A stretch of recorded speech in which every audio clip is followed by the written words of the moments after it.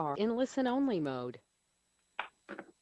Ladies and gentlemen, I now declare this meeting of the City Council open. Please note that pursuant to Governor Baker's March 12, 2020 order suspending certain provisions of open meeting law and the Governor's March 15, 2020 order imposing strict limitations on the number of people that may gather in one place, as well as Mayor Curtatoni's declaration of emergency dated March 15, 2020. This meeting of the City Council will be conducted via remote participation. We will post an audio recording, audio-video recording, transcript, or other comprehensive record of these proceedings as soon as possible after the meeting of on the City of Somerville's website and local cable access channels. Now please rise for the prayer and Pledge of Allegiance.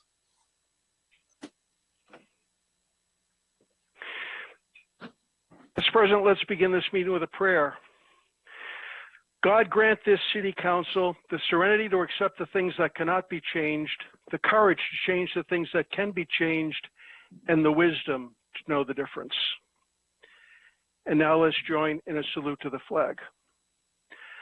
I pledge allegiance to the flag of the United States of America and to the republic for which it stands, one nation under God, indivisible, with liberty and justice for all. Please be seated. And Mr. Clerk, please call the roll. This is roll call. Councilor Klingon. I am present. Councilor Mba. Present. Councilor White. Here. Councilor Ballantyne. Present. Councilor Strezzo. Present. Councilor Niedergang. Here. Councilor Davis. Here. Councilor Scott. Present. Councilor Ewan Campen. Here. Councilor Rossetti. Councilor Rossetti. I don't hear a response from Councilor Rossetti. Councilor McLaughlin. Here. Mr. President, 10 councilors are present. 1 is absent. We have a quorum. Councilor Rossetti is having trouble with the link, so she will be joining us soon. Do we have any moments of silence? Councilor Klingon. Thank you, Mr. President. I ask that we tonight hold a moment of silence for Kathy Gorman Rodriguez. She's a longtime Somerville resident of my ward for many years. Mom to Carrie Rodriguez. We all know Carrie's very active in the city, great Somervillian herself, and her partner, Tim Langan, and her other son, David Rodriguez, and his wife, Melissa. She's also a loving Nana to Matthew, Miles, David, Julia, Emma, Max, and Dylan. And she passed away on September 17th. Suddenly, she was at her home. And Kathy was, I just want to say a little bit about Kathy, because I think it's definitely important to remember her, as she was extremely active in her community. She was born in Lowell. She's the daughter of the late Thomas Gorman and Joan. She grew up in Charlestown. She attended St. Catherine's Parochial School. She graduated from St. Mary's High School in Cambridge in '72, and then furthered her education by getting her Bachelor's of Science degree in English from Suffolk University and her Master's in Education from Suffolk University, where she then worked as an administrative coordinator for over 20 years. She was very active. She was a member of the Appalachian Mountain Club, volunteer at the Amy Lowell House in Boston, and an active volunteer at the Boston Living Center. I remember she was an 888 member, union sister, and I remember her seeing her all the time, getting off the train at Sullivan on her way to get the boys. And I know that she and Carrie, she was a very active Nana, and so I just want to. I remember her as just being this really like a real light. She just had a real spark about her. Kate was, she was a really nice woman, and she will be missed by all that loved her. So I please ask to remember her this evening. Thank you. All right, Councilor White and Ballantyne would like to sign on, and I'd like to sign on as well, as Carrie is a neighbor. And Councilor Davis, you have a moment of silence. Yes, thank you, Mr. President. And I'd also like to sign on to that previous one. So I would like to remember Lou Schneider this evening. Lou was a crossing guard, among many things, including a World War II veteran. Lou was a crossing guard at the Brown School for many years, and he passed this past week at the age of 95. He continued to work as a crossing guard into his 90s. He was a force of nature, if there ever was one. I'll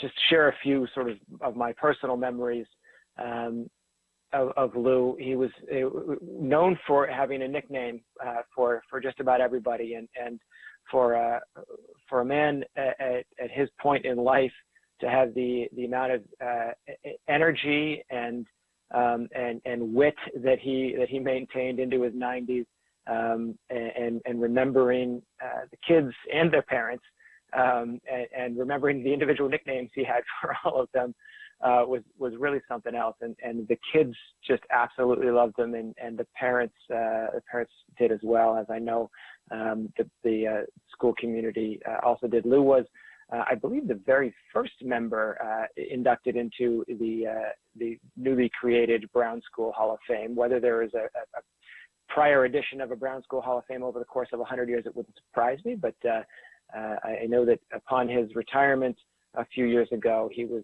inducted into the Brown School Hall of Fame. And if there's anything that I think, other than just the smiles and the very clear outward, love and care he had for all of the kids, that really speaks to Lou's commitment was in 2015, as many will remember, during that winter, a portion of the roof at the Brown School collapsed at night. Thankfully, no one was injured, but the kids had to attend school at the Edgerly School for a significant period of time. Edgerly, of course, being at the opposite end of town. In the morning, this was a challenge in terms of traffic and commuting and just logistics for everyone. But Lou came along, and he wanted to be certain that he was there as well. So he made his way from his house at the very western end of the city all the way to the Edgerly School every morning to see those kids. He wouldn't have it any other way.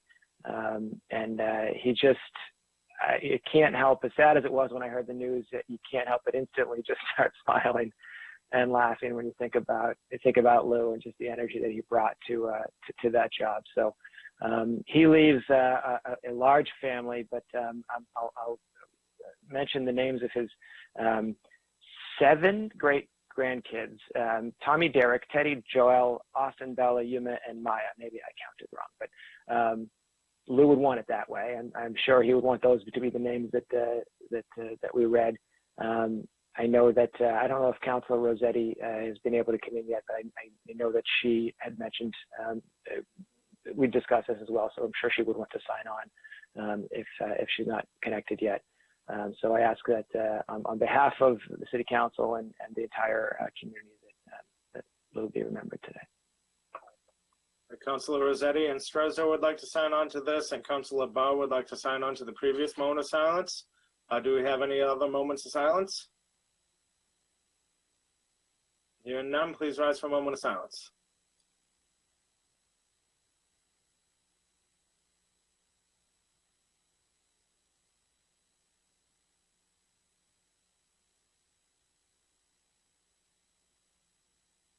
Please be seated. Mr. Clerk, please read the next item. Mr. President, item number 3 is the approval of the minutes of the regular meeting of September 10th. This item is laid on the table for approval. Item number 4 is a public hearing, a grant of location application submitted by Eversource to install 89 feet of conduit in Mossland Street from a pole to a point of pickup at 15 Mossland Street. Just a reminder to everybody, we're now approving these permits if barring any objection from other counselors. So if people have any issues, please raise them. But I now declare this public hearing open. Is there anyone in attendance to speak on this item? Please use the hand emoji icon. And let me see. There's a little hand icon you can press and I'll call on you. And I see Jackie Duffy. Miss Duffy? How are you tonight? Doing all right? How you doing? Good, thank you. I would like to install 89 feet of conduit in Moslem Street, and that's to supply electric service to 15 Moslem Street. All right. Is there anyone else in the audience who wishes to speak on this? Going once, going twice. Up, Stephen Huff. Stephen, you have the floor. Hi there, folks. I live at 52 Elm Street, and I'm curious, how long is this work likely to take, and how disruptive will it be to traffic? Ms. Duffy, can you answer? Yes, it would only take maybe 2 days, weather permitting, and we would have a police detail that would direct the traffic if we needed traffic. Sounds good. Thank you. All You're right. welcome. Is there anyone else in the audience who wishes to speak on this? Seeing none, I now declare this public hearing closed. Do any councilors have any comment? Yes, Mr. Chairman, Mr. President, yes, I'd like to speak. Councilor Needlegang? Thank you. This is in my ward, and I did give interim approval for it, as I believe Councilor White, as chairman of License and Permits, did as well. I just have one concern that I'd like Ms. Duffy to address. Moslem Street is a narrow street which has intensely heavy traffic during the morning rush hour. People heading through Somerville and down Beacon Street and Hampshire Street and into Boston, to Cambridge and Boston. The backup there in the morning rush hour is terrible. And I just want to make sure that work does not begin on this project in the morning until no earlier than 9:30 and preferably 10 o'clock, just because the morning rush hour at this location is just so jammed up. So I'd like to ask Ms. Duffy to speak to this, or if we can put a condition on it, I would like to do that work not start until 9:30 at the earliest. Yes, you could put a condition on it. So, Mr. President, I would like to move that this be conditioned that work not start until 10 o'clock in the morning. Very good. Do you have that, Mr. Clerk? Yes, I do, Mr. President. All right. Do we need a vote on that? Yeah, we should have a vote on it. This will be a vote on the condition, and we can do the overall vote later with the others. Okay. So let's do a roll call vote on the condition. Please, I guess, read that and then call the roll. The roll call vote is on adding a condition to item number 4 of the Eversource grant location request, with the condition being that work is not to start on the project until 10 a.m. On that item, Councilor Klingon. Yes. Councilor Mba. Yes. Councilor White. Yes. Councilor Ballantyne. Yes. Councilor Strezzo. Yes. Councilor Needlegang. Yes. Councilor Davis. Yes. Councilor Scott. Yes. Councilor Ewan Campen. Yes. Councilor Rossetti. Yes. And Councilor McLaughlin. Yes. Mr. President, all 11 councilors have voted in favor of that condition. That condition has been approved, so now before this body is the grant location with that condition. Okay. Is there any more discussion on this item? Hearing none, this item would be laid on the table for approval. Next. Item number 5. Item number 5 then is a public hearing on grant location submitted by Eversource to install a new manhole near 56 Webster Avenue. I now declare this public hearing open. Is there anyone in the audience who wishes to speak on this item? Ms. Duffy? Jackie Duffy Eversource would like to install a new manhole on Webster Avenue, and this is for the GLX project. All right, is there anyone else in the audience who wishes to speak on this item? Please use the hand icon. Going once, going twice.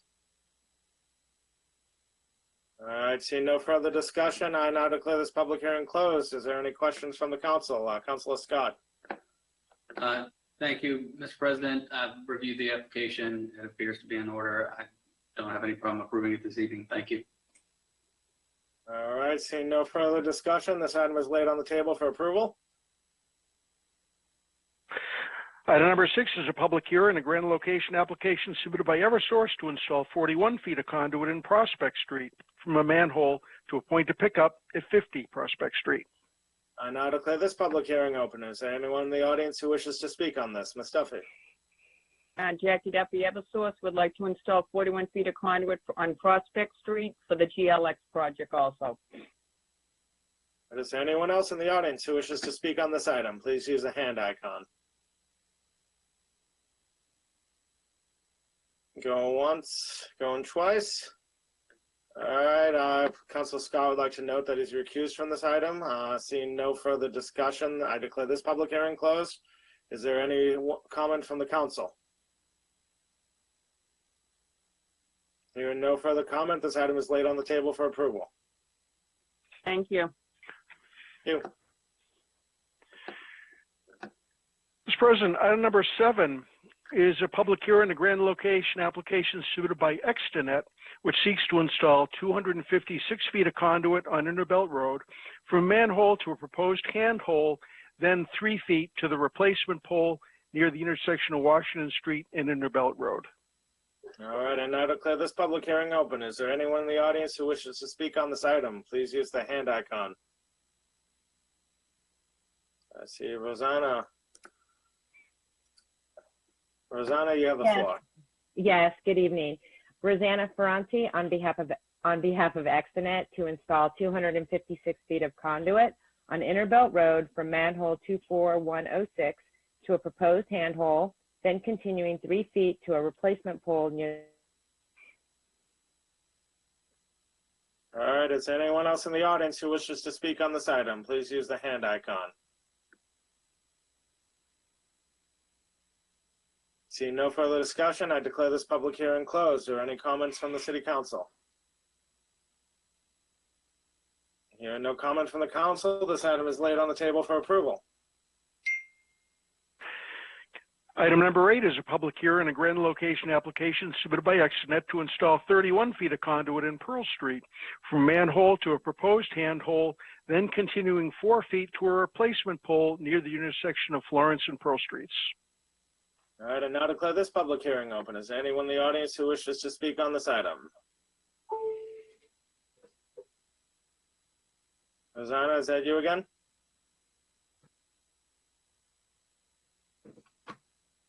Rosanna, did you want to speak on this item? Mr. President, it appears that Rosanna is currently offline. I don't know what happened to her connection, but I do not believe she's available to us right now. Okay.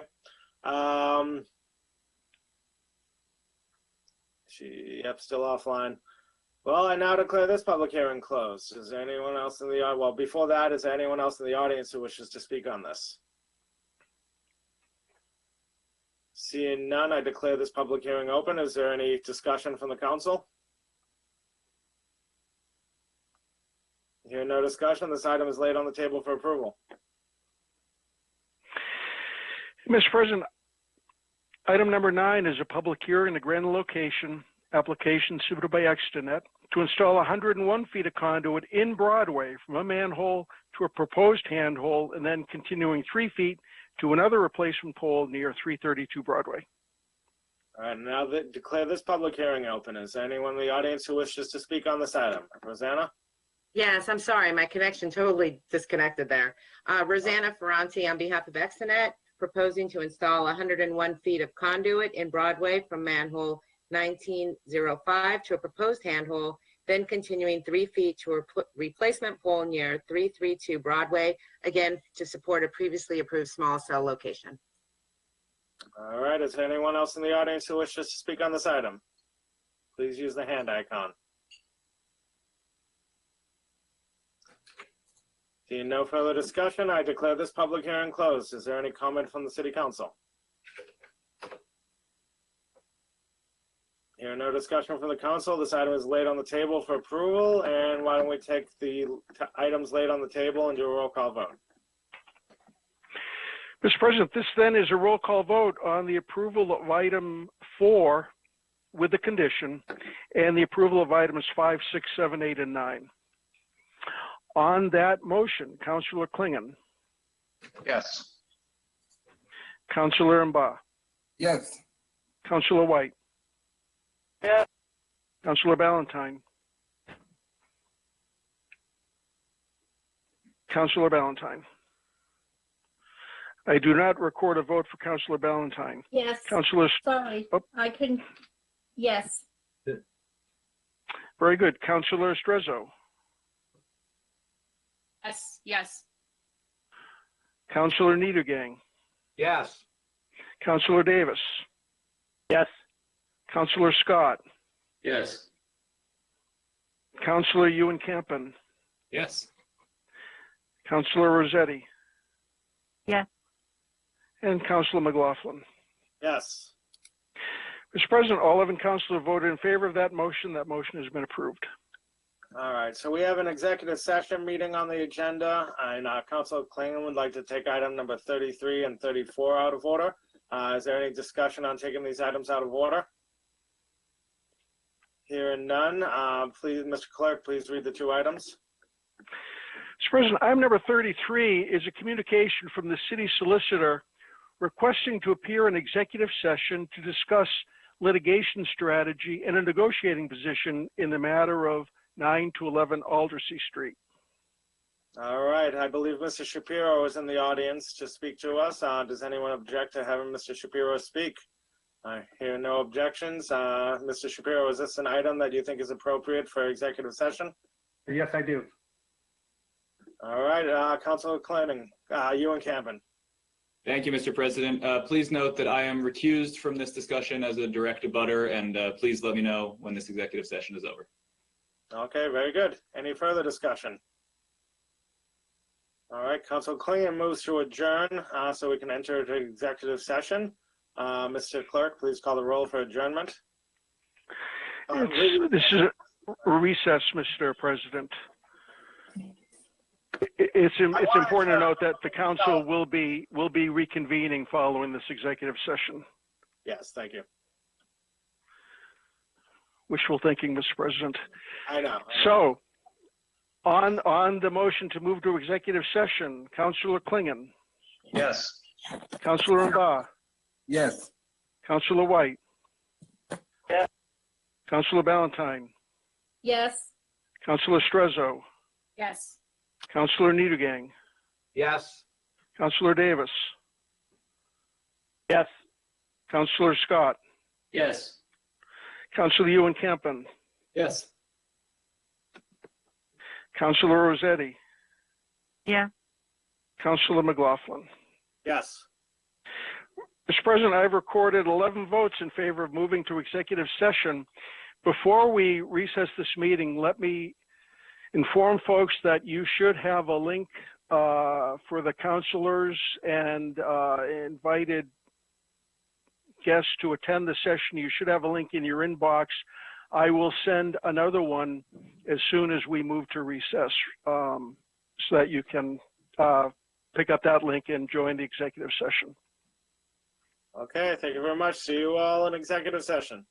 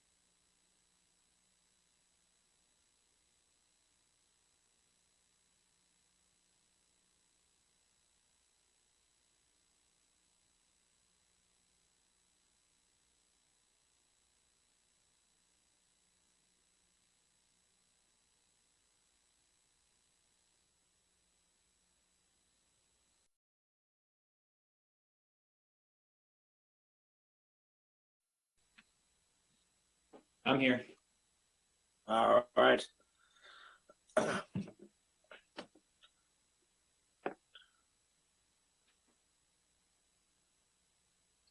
All right, everybody's here. Let's see. I now call the city council meeting back into session. Or are we recording, Mr. Clerk? Yes, We're Mr. back to- yeah, we're President. recording. I now call the city council meeting back into open session following our executive session. No votes were taken in executive session except for the vote to adjourn. Mr. Clerk, please call the roll for returning to session, to regular session. This is a roll call vote on return, just to determine the presence of a quorum. Councilor Klingon, Present. Councilor Mba, Present. Councilor White, Here. Councilor Valentine, Present. Councilor Strezzo, Here. Councilor Niedergang, Here. Councilor Davis, Here. Councilor Scott, Present. Councilor Ewan Campen, Here. Councilor Rossetti, Present. and Councilor McLaughlin. Here. Present, all 11 councilors are present. We have a quorum to resume the council meeting. All right, so we met in executive session to talk about hiring outside counsel, and now we have an item before us on hiring said outside counsel. Is there any discussion? Hearing none, Councilor Klingon moves to approve. Mr. Clerk, please call the roll. Mr. Mr. President, President, before Councilor the White. roll call, thank you. I'm just wondering, and through you to the city clerk, shouldn't the statement be made that no votes were taken in executive session? I did make that statement. Oh, I'm sorry. Okay, thank you. No problem. Mr. President, I would like to point out that we are talking about item number 34, which is a communication from the city solicitor requesting approval to retain outside legal counsel to represent the city in the matter of 9 to 11 Aldersea Street. Thank you very much. Call the roll. It's a roll call vote on the approval of that item. Councilor Klingon, Yes. Councilor Mba, Yes. Councilor White, Yes. Councilor Valentine, Yes. Councilor Strezzo, Yes. Councilor Niedergang, Yes. Councilor Davis, Yes. Councilor Scott, Yes. Councilor Ewan Campen.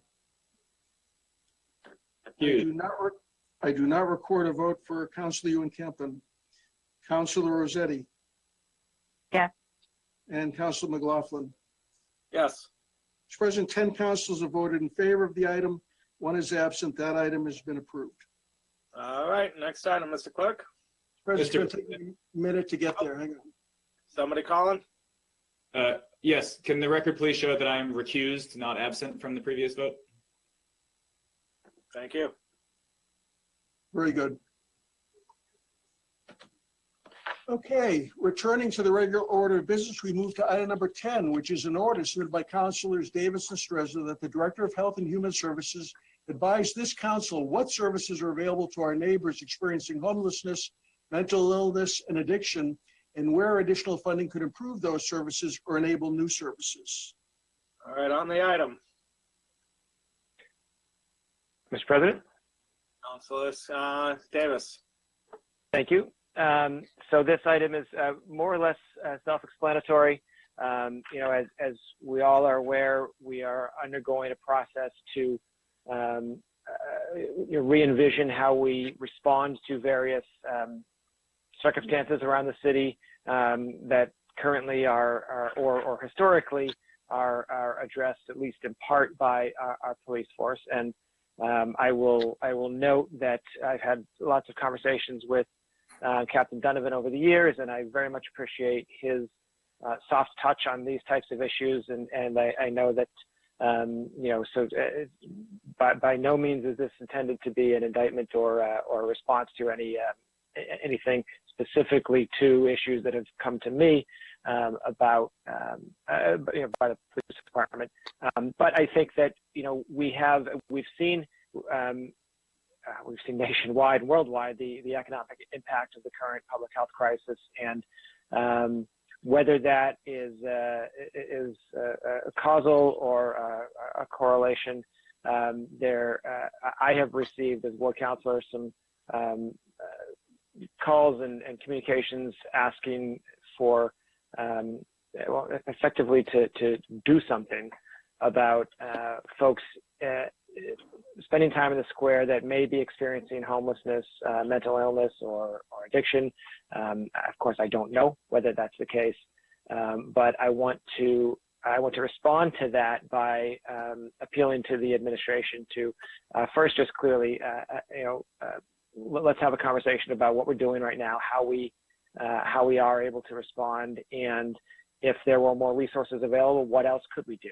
Because I think that's going to be a key part of our reimagining process. Of course, we all are eagerly awaiting the hiring of a director of racial and social justice. I hope that process will happen soon, and I think this ultimately will be a part of that larger conversation. But I wanted to bring it up now in this context, and I would request, following any discussion, that this item be referred to the Committee on Public Health and Public Safety. Thank you. Councilor Ballantyne would like to sign on to the item. Any further discussion? Hearing no further discussion, Councilor Scott would like to sign on. This item will be laid on the table for approval and referred to Public Health and Safety.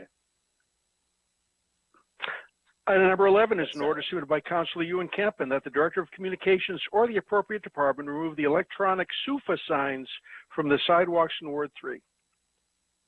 Councilor Ewan Campen. Thank you, Mr. President. So earlier this year, Economic Development rolled out 3 pilot tech collaborations in Somerville. And one of them was these SUFA signs, which you may recognize. They're the kind of metal, solar-powered pedestrian signs that have a digital screen on one side. So the pilot has been going on since January. I wanted to share my feedback, which is that I appreciate the idea, of a community-based digital sign that can share neighborhood updates. I don't think they're really working very well, at least in Ward 3. I don't think they're a great fit. The basic concern is pretty straightforward. These are large signs. They take up a lot of precious space on the public sidewalks. They reduce visibility. In my experience, they don't seem to be very widely used. And, they advertise certain businesses, but not others. So, altogether, to me, they kind of give off the sense more as an advertising platform than as a public good. And so I'd be happy to have a discussion about this in committee. Which committee? I'd guess Housing and Community Development would be a good fit. Housing and Community Development. Very good. Councilor Scott would like to comment. I'd just like to thank the councilor for bringing this up. I agree. The point of a pilot is to evaluate and then make modifications. I have not seen it be a net good in Ward 2 either. And while I don't serve on Housing and Community Development, I trust my colleague to take this conversation forward and hope that we can see some action to remove these. Thank you. All right, any further discussion? Seeing none, this item is laid on the table for approval and referred to Housing and Community Development. Item number 12, Mr. President, is an order submitted by Councilor Ewan Campen that the Director of Public Space and Urban Forestry work with the Ward 3 Councilor to facilitate a community meeting to plan a replacement tree or more for the large elm tree in Prospect Hill Park that appears to be succumbing to Dutch elm disease. Seeing no discussion, this item will be laid on the table for approval and referred to Open Space. Item number 13 is an order submitted by Councilor Ballantyne. The Director of Infrastructure and Asset Management prioritize Conwell Ave for paving as soon as possible. Councilor Ballantyne. Thank you. Mr. President, if this could be approved. All right, seeing Councilor Davis would like to comment. Yeah, thank you, Mr. President. Just a question: is City Council request back on the table for prioritizing certain streets for paving? I wasn't aware that was the case.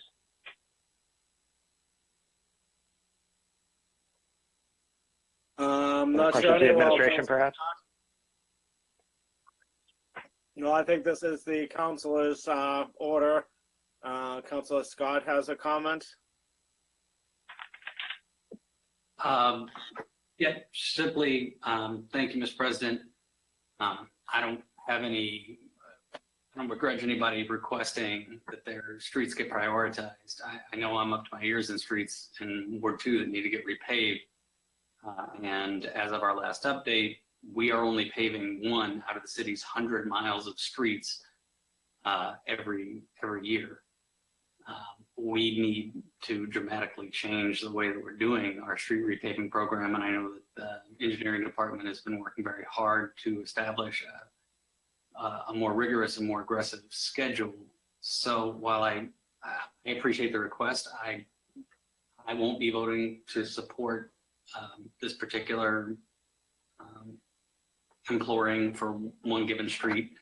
I think we need to have more focus on our entire street repaving program and perhaps have some kind of organized structure. I don't see the harm in approving this resolution because frankly, I don't think it'll go anywhere given the amount of advocacy that I've made for individual streets in Ward 2.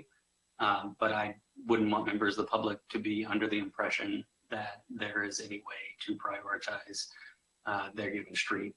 Thank you. Any further discussion? Yes, Mr. President. The request for this, may I speak?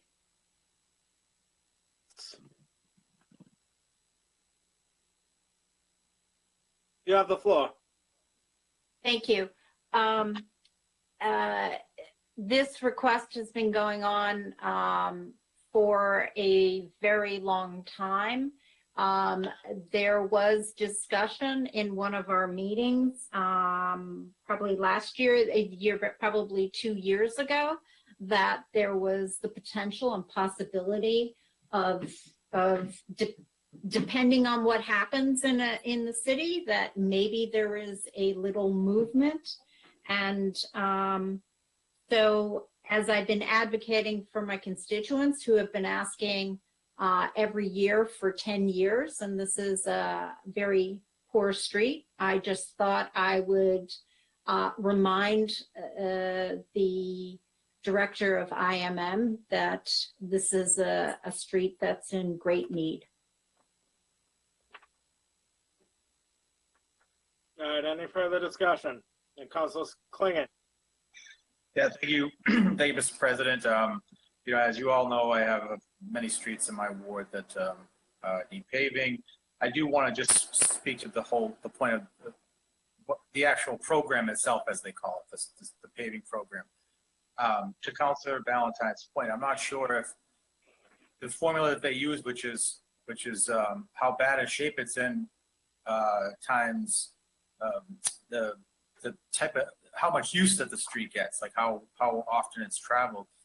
I don't know if the number they come up with, you know, whether it's 65 or whatever this number, if you continually get bumped back based on, again, that equation. So I also, you know, I hear you. 10 years is a long time, and I think that I know that the engineering department has heard us on relooking at the program they use and the formula they use, and really I think it's a matter of resources. But I appreciate, you know, your efforts for your constituents, because I do the same for Stickney Street. Solidarity. Thank you. Councilor Baugh. Yeah, thank you, Mr. President. And Councilor Valentine also for I think this is just like the way to go as far as work in the city is concerned. All those mechanics and processes, we've noticed that it's not really working for most people. You know, I myself have seen countless emails like Councilor Klingon. He's also been on some of the emails that are people literally begging for their street to be repaved. So I don't know the entire process, where things are, the timelines for repaving. So if there's a way that we can clearly know, like, I mean, 10 years it's a long time. So, but if the process is really streamlined and clear, that everybody can understand, you can just go there and say, okay, maybe this is where I am, look, this street would take maybe a year or two, but there's nothing.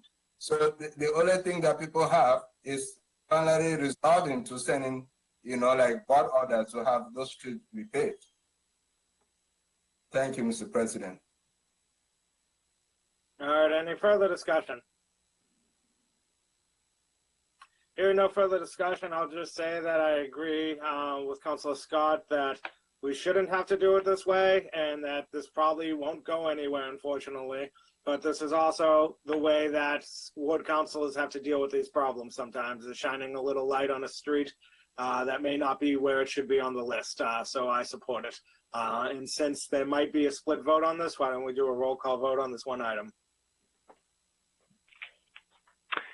Very good, Mr. President. This is a roll call vote on agenda item number 13, the order by Councilor Ballantyne. Councilor Klingon. Yes. A yes vote is a vote in favor of the order. Councilor Mba. Yes, please. Councilor White. Yes. Councilor Ballantyne. Yes.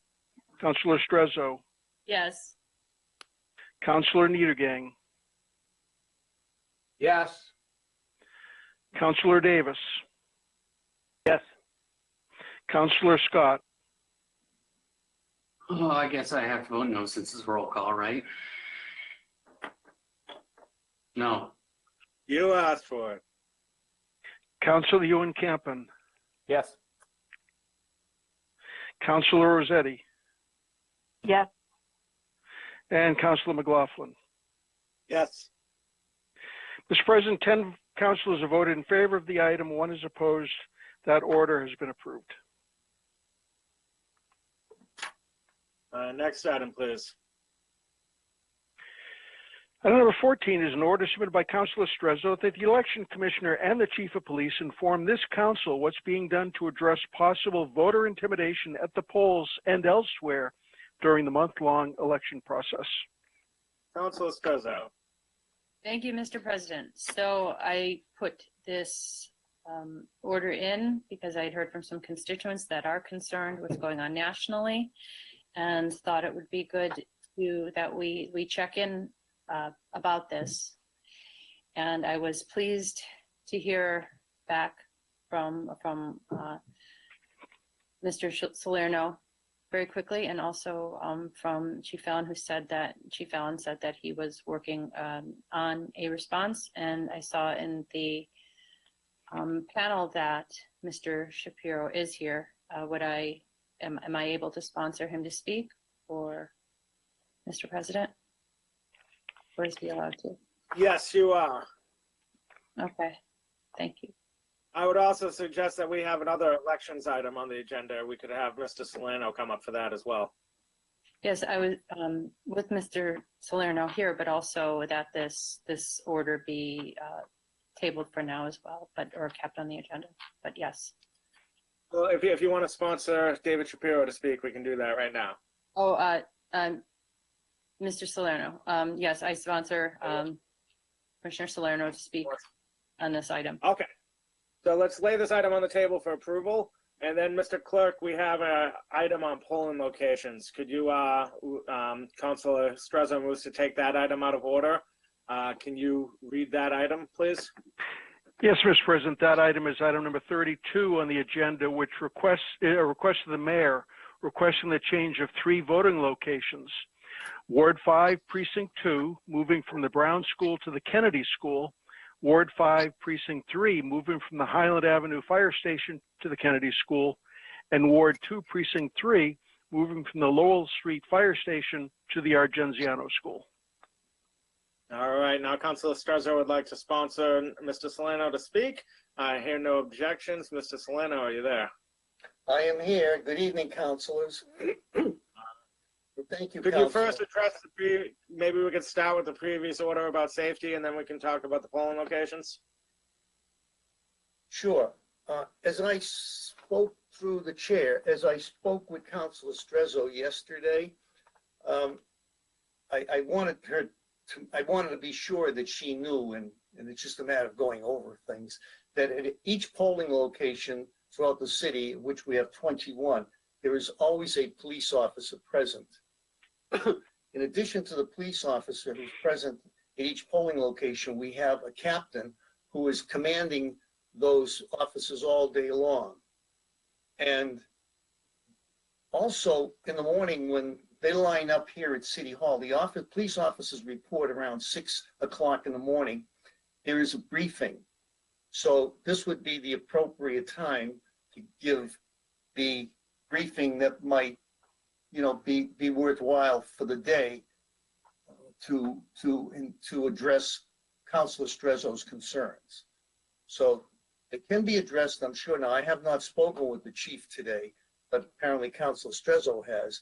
And I'm sure that between the chief and the law department, there will be a, something in writing that can be transferred to the police who are going to be on duty at all of the polling locations for purposes of helping things that day. And Mr. President, thank you, Mr. Shapiro, I'm sorry, Mr. Salerno. Thank you, Mr. President. And I do want to emphasize that I have confidence in Somerville residents and Somerville voters. So I don't think that I have confidence in us. But I always think it's best to be safe, and this is 2020, so that's all I'm going to say. Thank you. All right, is there any discussion on election safety before we go to the polling locations?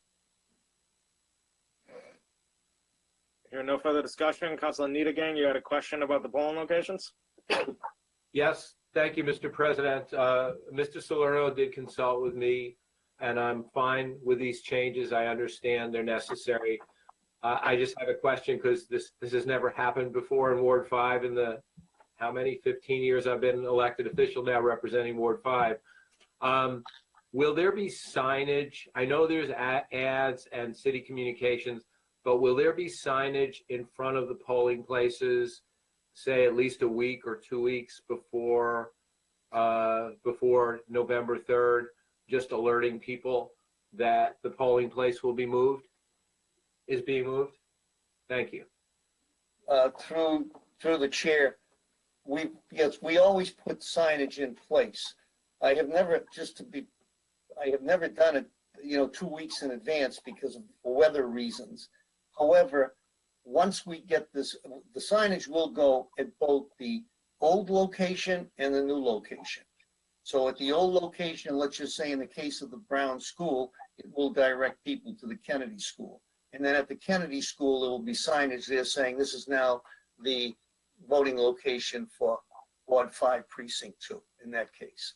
We will also, once the council does vote on this, we will then immediately have our communications department take over every aspect of their communicating to the public through, the website, social media, cable, all the changes that have taken place.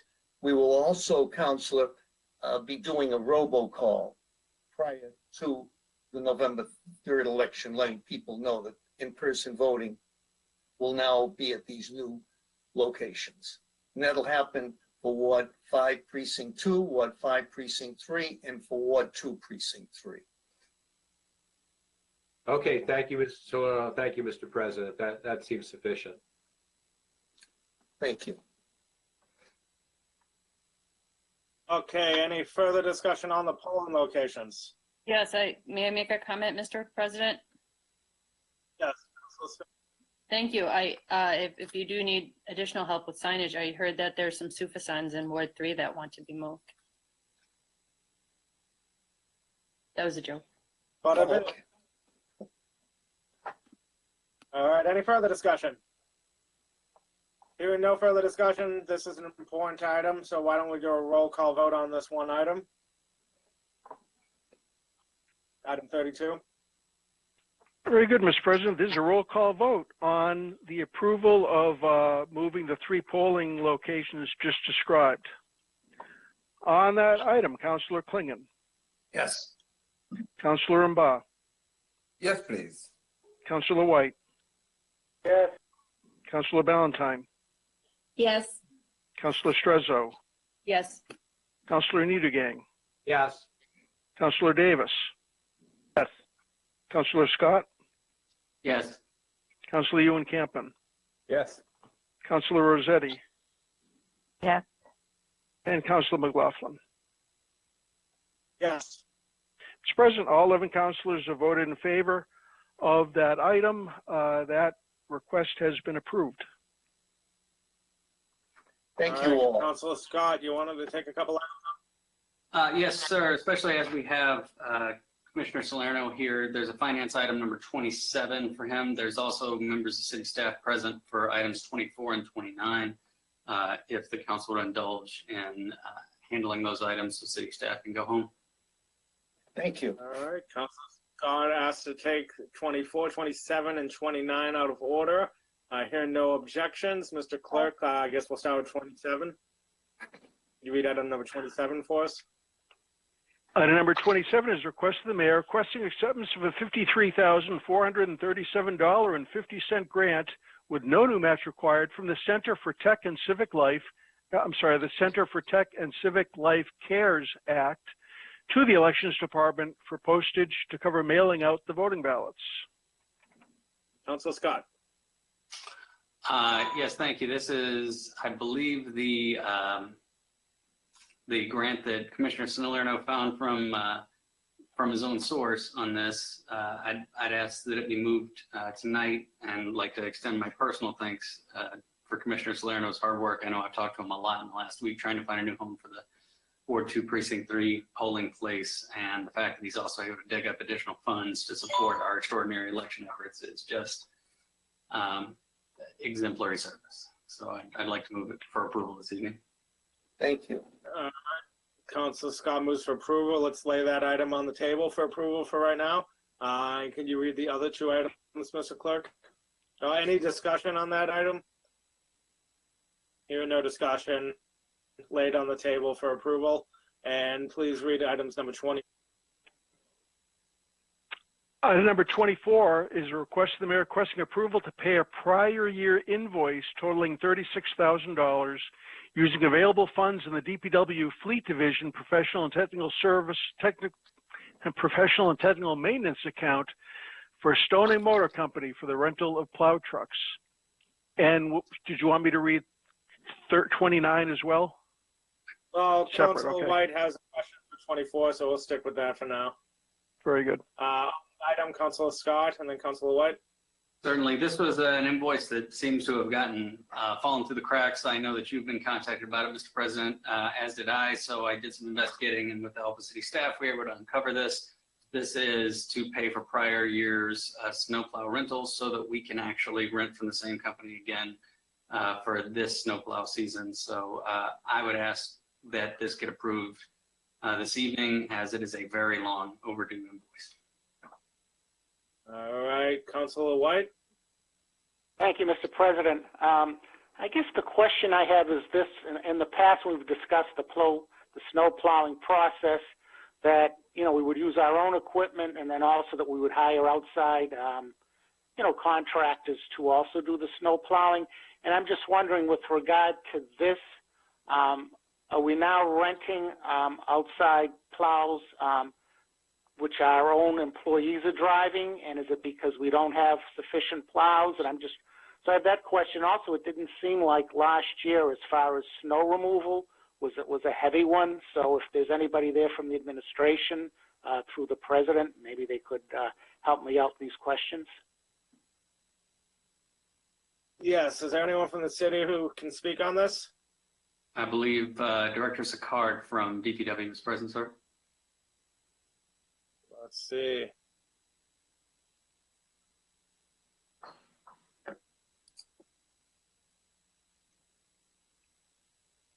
Where do you see that? Oh, there we go. Hello. Good evening, Chairman Scott.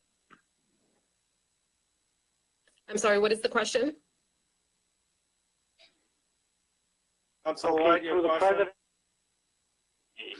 Yes, Mr. President. The question I basically had is this: in the past, when we've discussed the snow plowing operations. Usually it's been done by the city with our employees driving the city vehicles, and then it's buttressed by outside vendors who are actually driving the snow plows themselves. So I'm just wondering, with regard to this process, like were these vehicles rented and then driven by city employees, and was it because we didn't have sufficient ones in our own, vehicles of our own? And then also, it just, my recollection is it wasn't a heavy year of snowfall, which would require this. So I'm just wondering the DPW process with regard to this. I will have to inquire by the commissioner what the past process has been for the snow plowing vehicles. I do know that moving forward for this fiscal year, it's a combination of, yes, we do have snow plows that we rent, and we also have our own plows that we use for the city.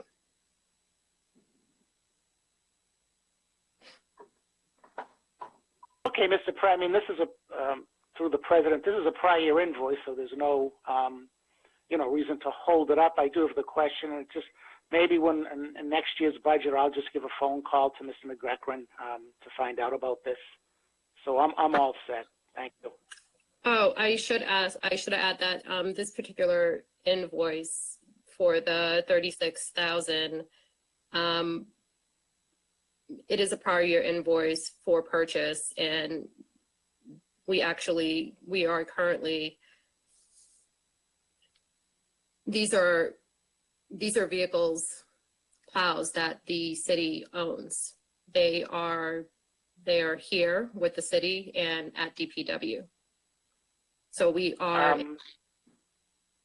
Mr. President, the item says for the rental of plow trucks. It doesn't say for the purchase. I'm sorry, for the rental, yes. That's okay, Mr. President. I don't want to belabor the point. Again, it's a prior year invoice, so I mean, I'm all set to approve it, and then I'll just have a question with Commissioner McEachran about the process that they're using. Okay, I will add that this was a contractual obligation as well. Yeah, Councilor White, I don't blame you for having questions. I'd like to approve this just because I know somebody is waiting to get paid. But this is coming from the fleet department, and I've already made aware of my concerns about the management of money in the fleet department. So I feel really weird about approving money for this right now.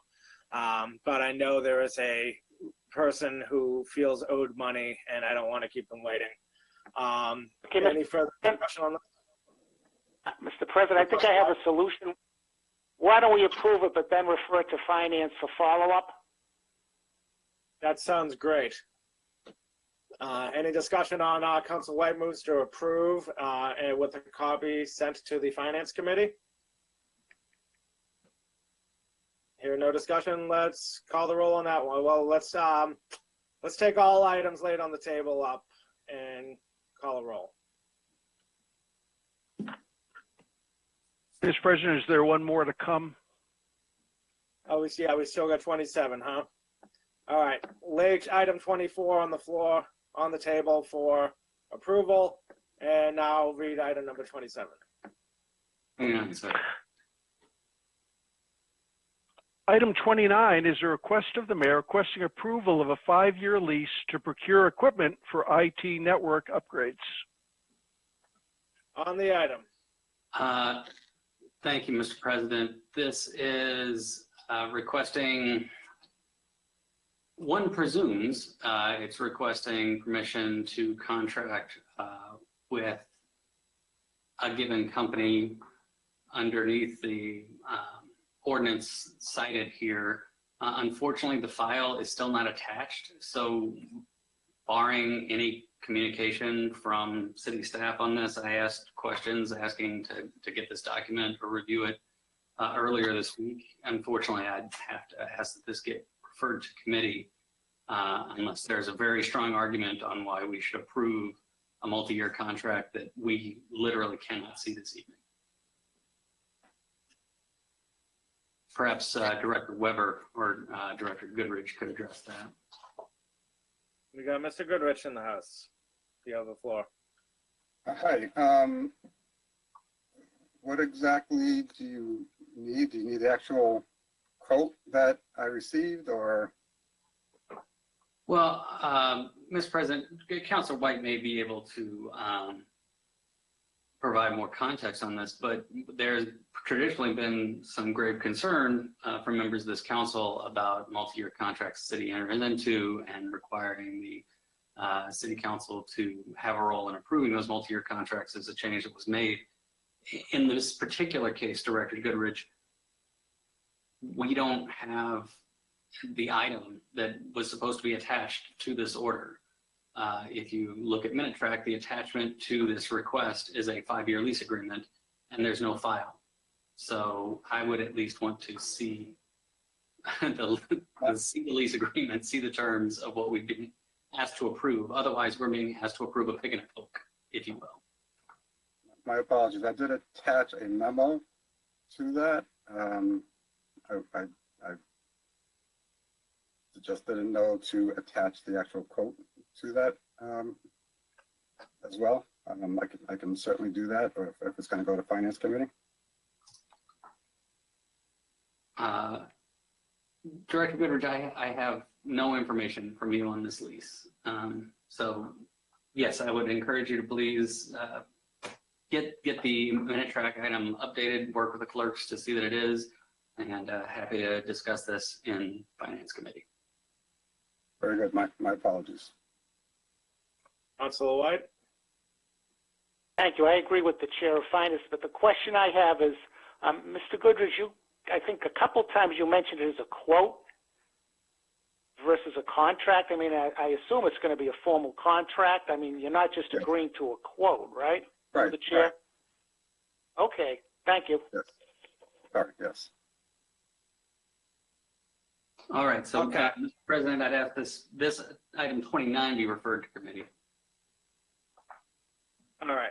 Item number 29 is going to be referred to the Committee of Finance, and I just don't feel comfortable with item number 24, so I'm going to refer that to Finance too. Any further discussion on these items? Pardon I would just like to have the answer to those questions before we approve it, because it doesn't feel right to me, if that's okay. Oh, yes, no, so it is being approved and also being referred to Finance, correct, sir? Well, I am now just going to refer it to Finance without approval. Let's just see what this is about before we approve it. These two items are going to be referred to Finance unless anybody would really like to approve them, but right now I don't feel comfortable doing that. All right, Mr. Chair, I guess we'll all get to investigate it as a committee of the whole on October 20th. All right, I'll be there. Thank you. Okay, so these two items have been referred to committee. I guess we can go back to the regular order of business and do the roll call when we're done. Did we approve? Very good, Are we all done with the finance items? There are more finance items, sir, but we can take them up in the regular order of business. Okay. Well, Councilor Klingon would like to take item number 50 out of order, which is communications regarding summer vision. Any discussion on taking the item out of order? Mr. President, Mr. President, Chris, I'm hearing numerous voices, please. Nope. You're right. This is Councilor Strezzo. Yes, Councilor Strezzo. I really quickly, if we can, just finish the order that, the last order that I have to just place on the table and move on. That would be 15. No, I'm sorry. Yep, 15. That's it. That was the election safety? No, 15, communication 15. And then we're already finished with that section. It'll take a moment. Let's take a look. Item number 15. I have to scroll back. Okay. Mr. Clerk, please read item number 15. Item 15, Mr. President, is a communication submitted by Councilor Strezzo reporting on the demographic breakdown of employees in the E911 dispatch, fire alarm dispatch, and constituent services departments. Councilor Strezzo. Thank you, Mr. President. Can we please place this on the table in the agenda for the next committee as a whole, City Council as a whole meeting? Okay, so you want this laid on the table with no vote taken? Correct.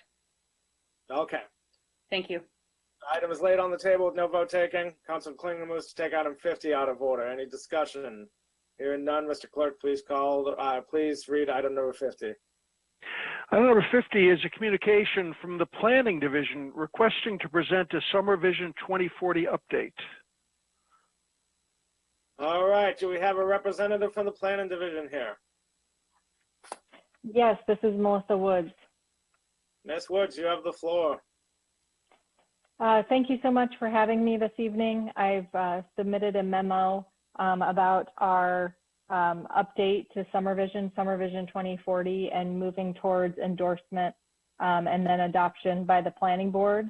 And we hope to have an updated document to you in the next 30 days. So I'm just here to answer any questions if you have those at this time. Are there any questions from the council? Yes. Oh, Councilor Strezzo? Yes, it's Councilor Strezzo again. And this is on Summer Vision? Yes. Okay. Ms. Woods, through you, Mr. President, to Ms. Woods, were there adjustments made to, in the first original version, there were the seniors, were any senior or aging in place in Summer Vision was, I don't believe, included. Has that been adjusted? That will be over the next 30 days. We're hoping we will be putting in a spotlight of the AARP aging communities, a call out to those. Some of the specific line item edits that we requested will also be incorporated where we feel that it's appropriate. Other places are less likely because it seems to call seniors out unnecessarily when we use terms like everyone. It didn't seem grammatically correct. Mr. President, through you to Ms. Woods, did you consult seniors, and aside from AARP, any other senior organizations that are local as you decided these changes? Through the chair, changes after the release of the draft version in January, we have not consulted. We've just received comments from numerous parties. Okay. Pardon me, through the outreach process, we did engage seniors. In the second draft, or in the most recent draft, or the original draft? In the original draft. But we have, through you to Mr. President, to Ms. Woods, we have items in committee that have mentioned that there are no, that the oversight, that there were no seniors included in the original draft, as far as I understand. Through the president, I would disagree. We've incorporated, I'd have to look back at my notes, but I know we had a focus group with a senior Portuguese speaking population, and have engaged a variety of demographics through our card game, although demographic data wasn't collected. Okay, I'm really apprehensive with this, so I'm just raising those concerns. I'm looking forward to the continued conversation and seeing the next draft. Thank you, Mr. President. Any further discussion? Yes, Mr. President. Councilor Valentine. Thank you. Through you to Ms. Woods. When we get a revised version in 30 days to take a look at, will we have the opportunity to comment on it? Because we don't know if any of the suggestions that have been forwarded have been incorporated. Through the chair, yes, that opportunity will definitely present itself. I've laid out a schedule to hopefully get an endorsement, to get a document in front of you and an endorsement by the end of the year. But we can surely incorporate comments. Nothing is final until it's adopted by the planning board. Sure, thank you. If I could just follow up on that, I want to be 100% clear. So there have been comments that have made, and you've made, you're making edits to that. We don't know of the comments that we submitted, which ones you're taking until we actually see the draft. So when we see the draft in 30 days, how much time will the city council be given to comment on that before anything is given to the planning board? Through the chair, if I may, you know, that really is up to your council, and I'd be happy to work with Councilor McLaughlin on any sort of schedule. Okay, so through you, you're willing to work with us to allow us the amount of time that we would need to see what the edits are, see if we want to tweak it a little or if we're okay with it before you pass it on to the planning board. Through the president, yes. Okay, thank you. Councilor Bach. Thank you, Mr. President. And thank you, Melissa, Wood, for all the work that you and the planning department or Office of Strategic Planning and Community Development has put into this. I just want to make a comment that, since I was involved in the process, it's called comprehensive summer vision.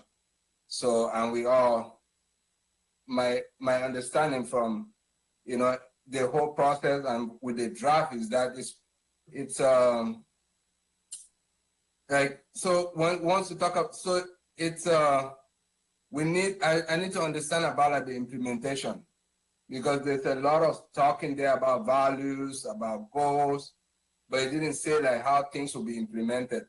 So, and once you leave issues like that, you give room for like broad interpretation, and that is what happens when, like when people interpret things their own way, what usually happens, So, and I think also there was a part that was also addressed as open space, but not green space, and all those different nuances. It's good that this, and just to echo Councilor Valentine, like give us time to like synthesize all these different terminologies and see how they will be implemented. It's just a comment, but I really appreciate all the work, time, and effort that you and your team have put into it. Thank you. Councilor Rossetti. Mr. Chair, through you to Ms. Woods,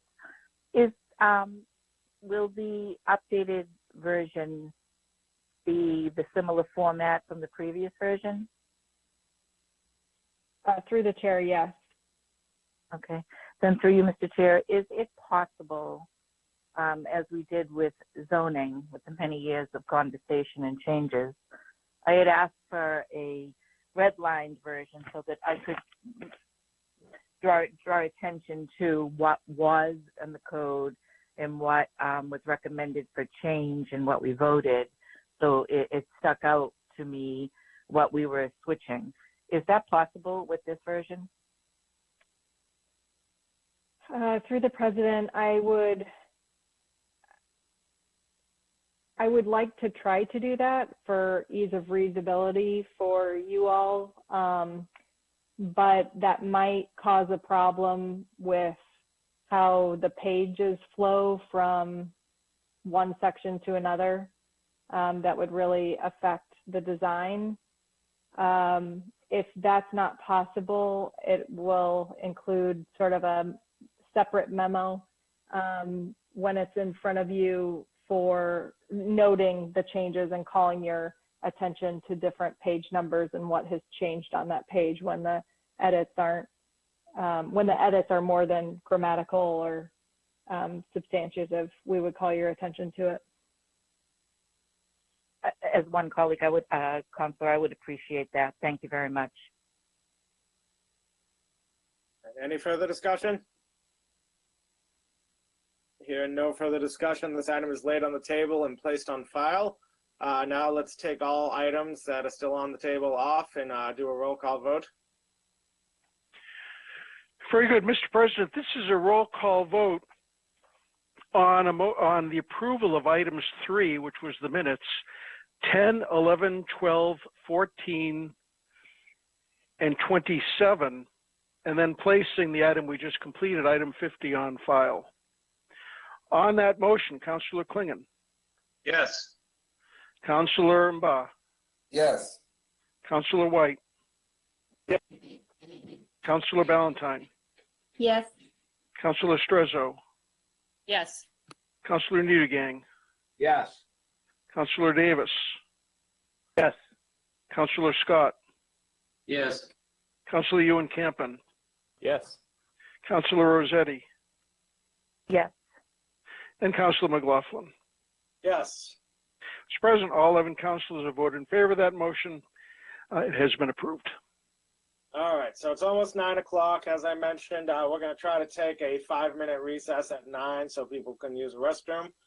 We are in recess.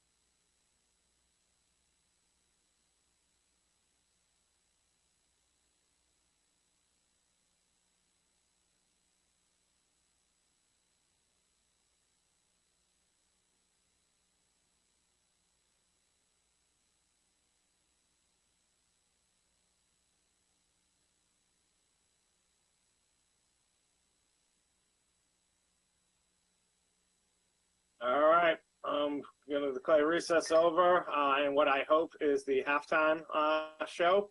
So, Mr. Clerk, please call the roll for quorum.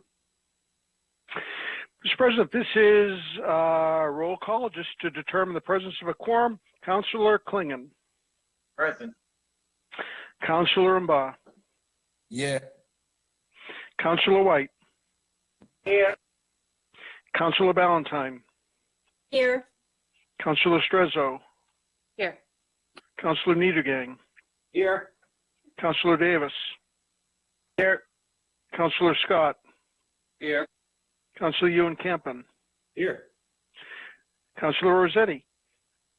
Present. And Councilor McLaughlin. Yeah. Mr. President, all 11 councilors are present. We do have a quorum. All right, unless anybody has other items to take out of order, Mr. Clerk, please read the next item. Actually, Mr. President, there is one item that not that I have any control, but it may be wise before we get into the items that are on the screen right now, it may be wise to take up item number 40, which is the planning board's recommendation with respect to these items and others coming out of the land use committee. Let me just get to that one in a minute.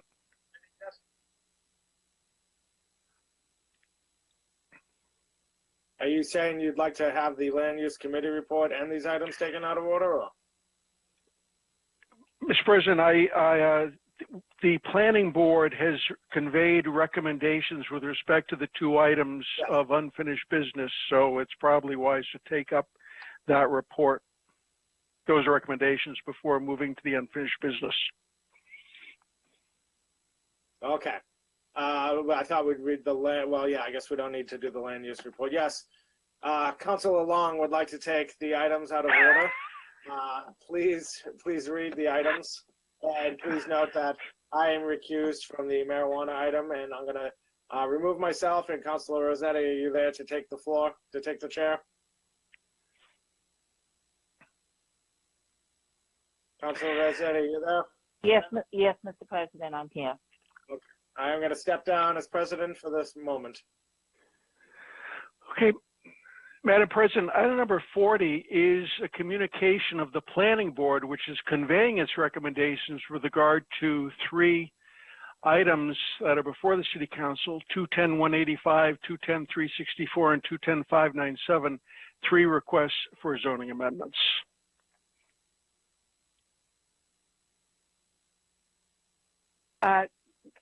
Colleagues, please be reminded, I am via telephone having technology issues. I am not able to see the chat button. If you wish to speak, please speak, ask to be recognized aloud. Madam President? Councilor Ewan Campen. Thank you, Madam President. Mr. Clerk, through the President to Mr. Clerk, the two items of unfinished business are before us together with the planning board recommendations, correct? Through the chair, I actually have not read items 16 and 17 yet. They are not before us. Right now, the only thing before us is the recommendation of the planning board. And typically, it's a good idea to accept the planning board's recommendations on a zoning ordinance or on a proposed zoning amendment before taking a vote on it. Through the President, thank you, Mr. Clerk. Madam President, I ask that we accept the recommendations of the planning board. On the motion to accept the recommendations of the planning board, any discussion? Hearing none, Mr. Clerk, would you call the roll of the acceptance of item 40?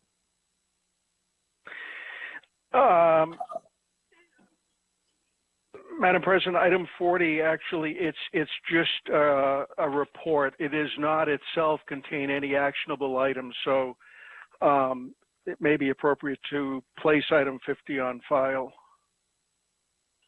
Okay, then we will place item 40 on file and move then on to the regular order of business, item 16, Mr. Clerk. Very good.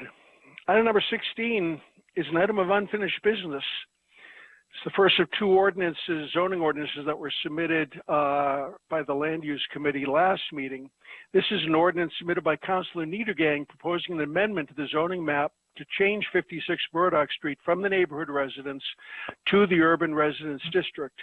And just to remind you, Madam President, this item could not be acted on last meeting because of the absence of a planning board recommendation. Thank you, sir. Councilor Niedergang, do you wish to speak to this item? Thank you, Madam Chair, Madam President. Yes, I am fully in support of this.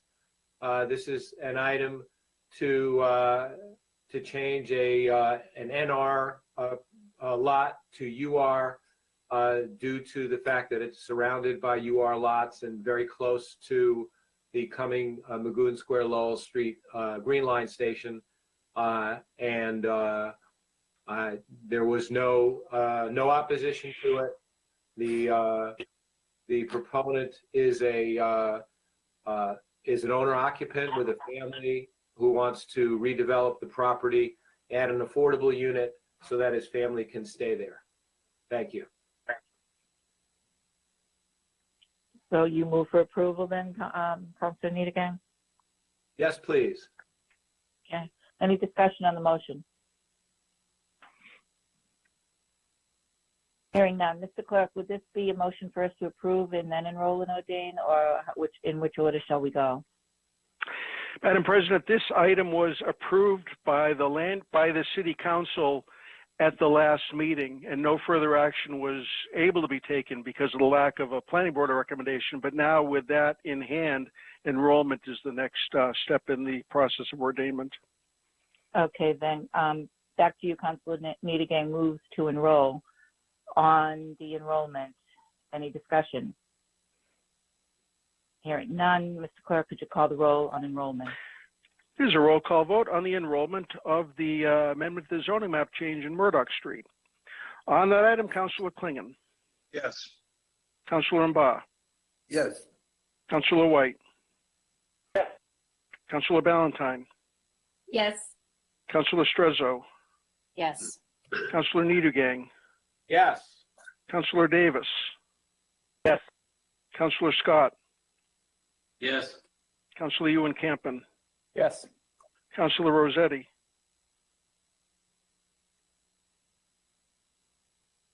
Councilor Rossetti.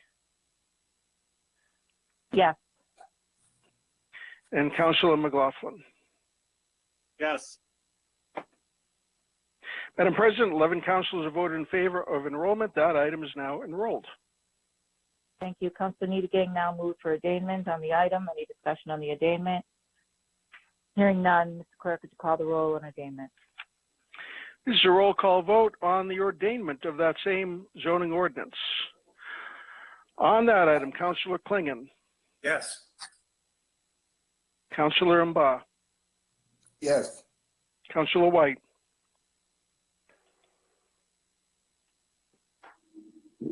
Councilor White. Yes. Councilor Ballantyne. Yes. Councilor Strezzo. Yes. Councilor Niedergang. Yes. Councilor Davis. Yes. Councilor Scott. Yes. Councilor Ewan Campen. Yes. Councilor Rossetti. Yes. And Councilor McLaughlin. Yes.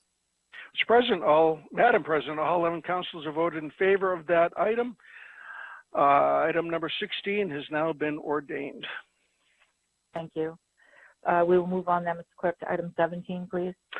Item 17 is a request of the mayor submitted by Acting Mayor McLaughlin requesting approval and amendment to the zoning ordinance, amending the zoning ordinance standards of subsection 9.2.4.d with respect to cannabis retail sales uses, and this has to do with removing from the definition pre-primary educational facilities.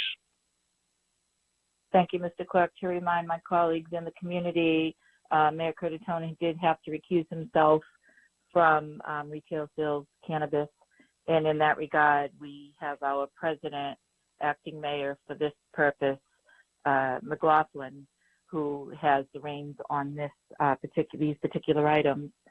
So, Acting Mayor McLaughlin, do you have anything that you wish to say to the committee, the council?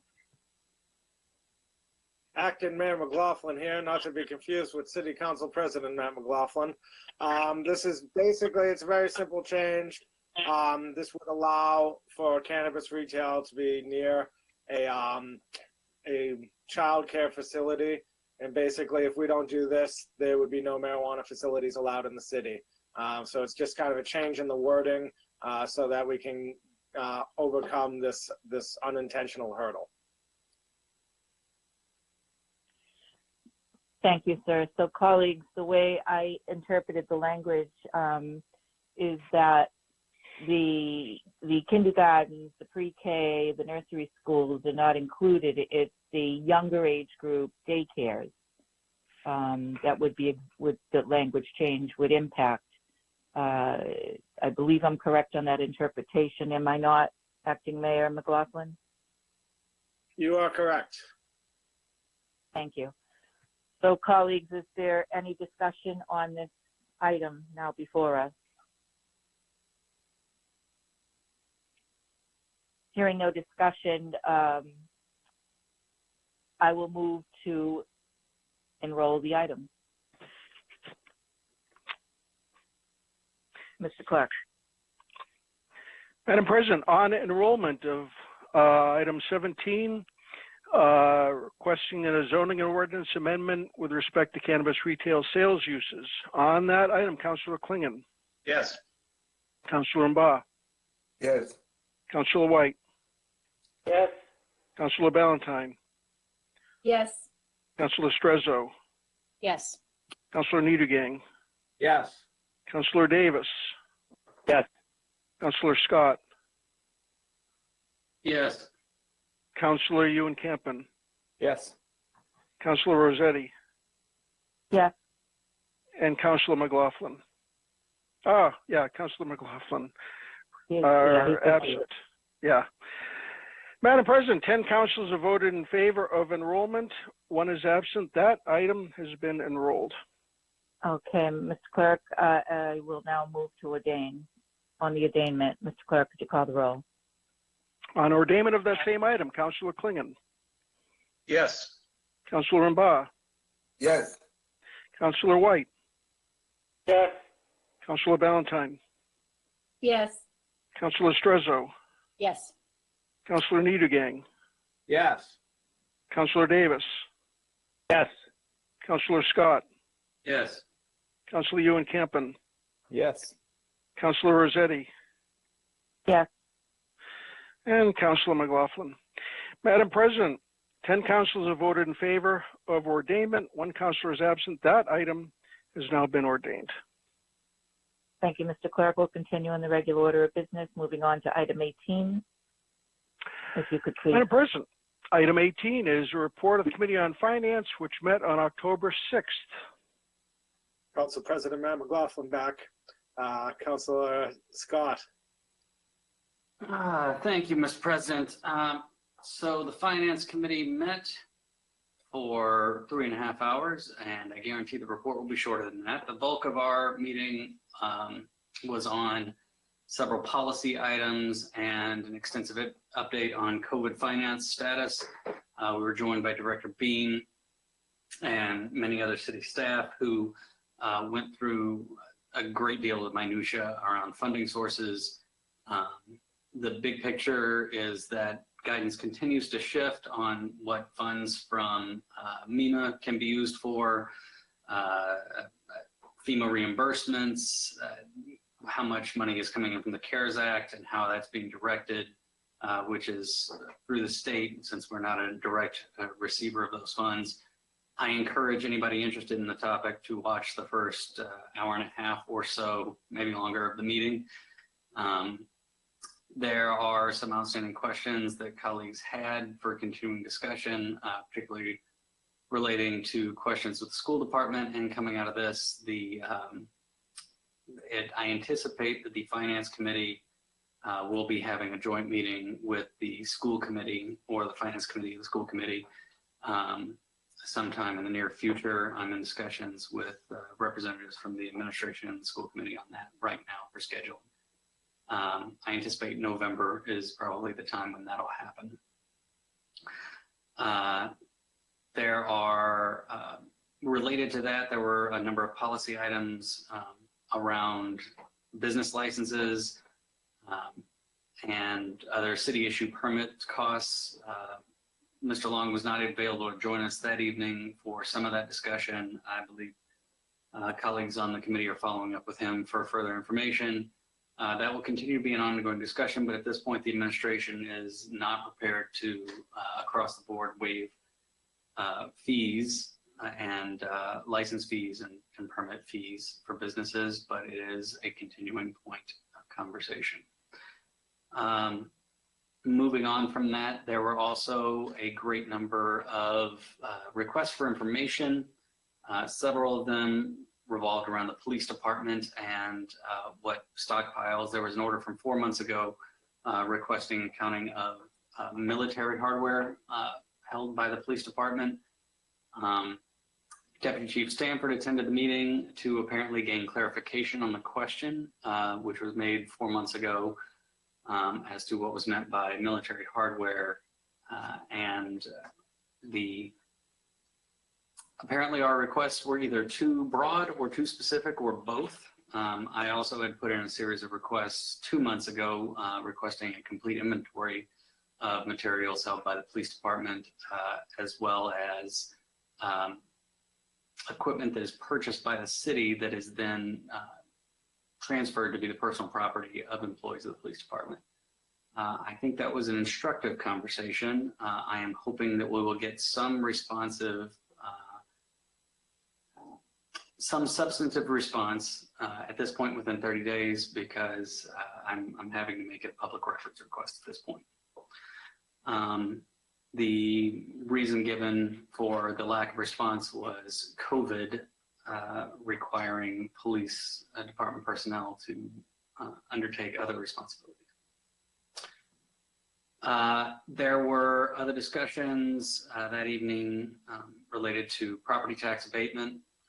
There was a discussion on an item from Councilor Ewan Campen regarding biannual billing that was fervently opposed for cash flow reasons. I encourage members again to check out that portion of the discussion and have requested that the treasurer reach out to the councilor for a further discussion of the rationale behind that. And there was some discussion about the current state of our budget process. Given that we moved this year to an online system, the traditional budget book, which is a PDF, has not been published and will not be published, thanks to our clerk, Mr. Long, who impressed upon the budget director the importance of having a fixed record as opposed to a website which may go down or change, having the requirement of a fixed record for the archives. There has been a PDF generated of the proposed budget. Some of the changes that were made by the City Council have not been pushed to the current live website. However, the changes to the police department budget have been.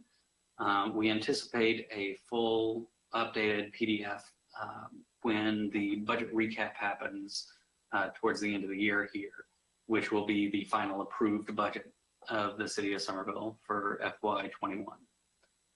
Again, those PDFs will be generated after the fact, and I believe Councilor Valentine had also worked with the budget director to ensure that some additional information was added to each of the pages. So there was an item regarding the adoption of a fee for the vacant property registration ordinance that this council had passed.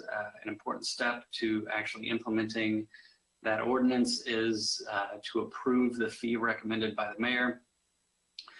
That recommendation had come in at $500. There was extensive discussion in the committee as to whether or not that fee would be levied. At our last meeting, it had been referred back to Directors Antanavica and Gallegani for discussion on what process would be used to handle exemptions. They returned and said that no good process could be crafted, but that there was assurances from the mayor that the fee would not be unreasonably levied in the short term.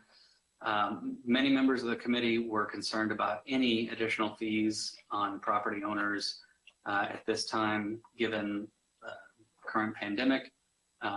The chair personally disagreed and would like to see a higher fee, given that I first believe that it's going to be a fairly large burden on our inspection services department, but also I would like to provide strong encouragement for landlords not to evict current tenants, be they commercial or residential. It was a policy discussion. In the end, Councilor Valentine motioned, and it was accepted to amend the fee amount from $500 down to $50. So this is a nominal fee. Councilor Rossetti was steadfast in her stance that she would like to see no fee at all at this current time. The mayor can still waive this fee. So at this point, if it is accepted by the council this evening, there will be a $50 fee to register any property, any commercial storefront that's been vacant for more than 90 days, or any residential building that has been vacant in its entirety for more than 90 days. If that property is not registered, the city can proceed to fine the property owner for failing to register. So that is an item for acceptance tonight out of the report. There were many other informational requests. There was discussion around licenses again. And then finally, we handled approximately 38 appropriation requests. This was about the last half hour of the meeting, similar to the ones we're handling this evening. Unfortunately, most of these were sent to committee because of either a mistake in their original presentation or lack of communication. Thankfully, Director Weber and I have a standing meeting now, which should hopefully allow us to approve most of these items in the course of the regular council business. So, yeah, the majority of the funding items were grants with no match or minimal match required. So the only final item that was of interest was the approval of several solar power agreements. This is entering into power purchase agreements and providing easements for the rooftops of the East Somerville Community School and I believe the Somerville High School to install solar energy systems on both buildings. The company selected was Solect Energy Development. After discussion with engineering and with the applicant, the council recommends adoption, or the committee recommends adoption of both the easements and the purchase agreements. Yeah, an interesting discussion that happened fairly late in the meeting. But with that, I would ask that the committee report be approved as presented. Thank you, sir. All right, Councilor Scott moves to approve the committee report. On that, Councilor Rossetti. Mr. Chair, thank you. Through you to Chair of Finance, Scott, thank you for that extensive report. It was a very lengthy and very important meeting for a lot of different items. I appreciate you keeping us to task. I just wanted to explain to my colleagues that my vote about the vacant storefronts and being in favor of the reduction of the fee to $50 was really prefaced on the voice of the Economic Development Office, that the mayor agreed that if we did adopt this, he would then use his executive powers to waive the fee at this time because of the COVID times that all businesses are in.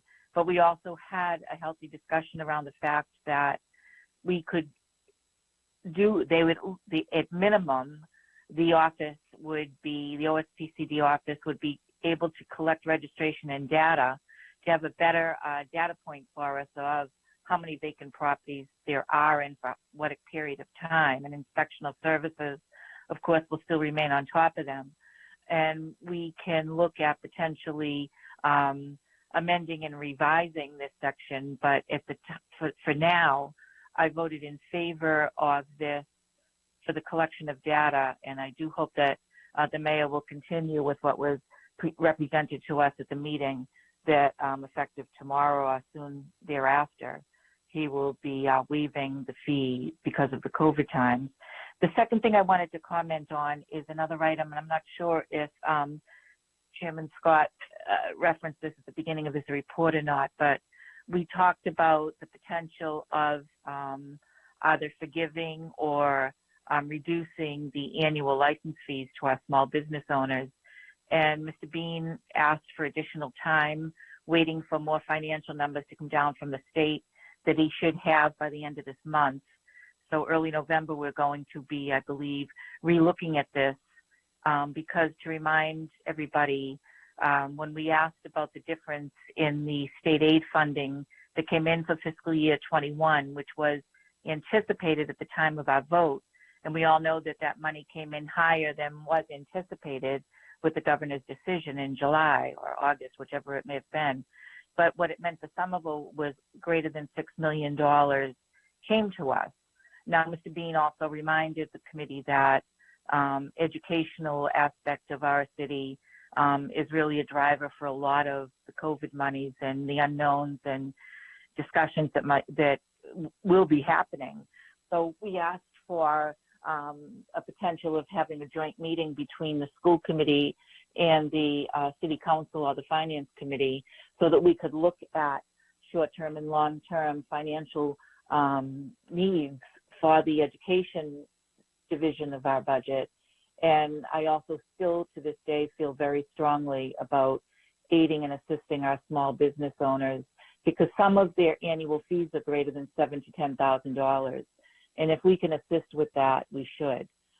So that's still in discussion in the Finance Committee, and I just wanted to explain where I stood on those 2 points. Thank you, Mr. President and the Chair of Finance.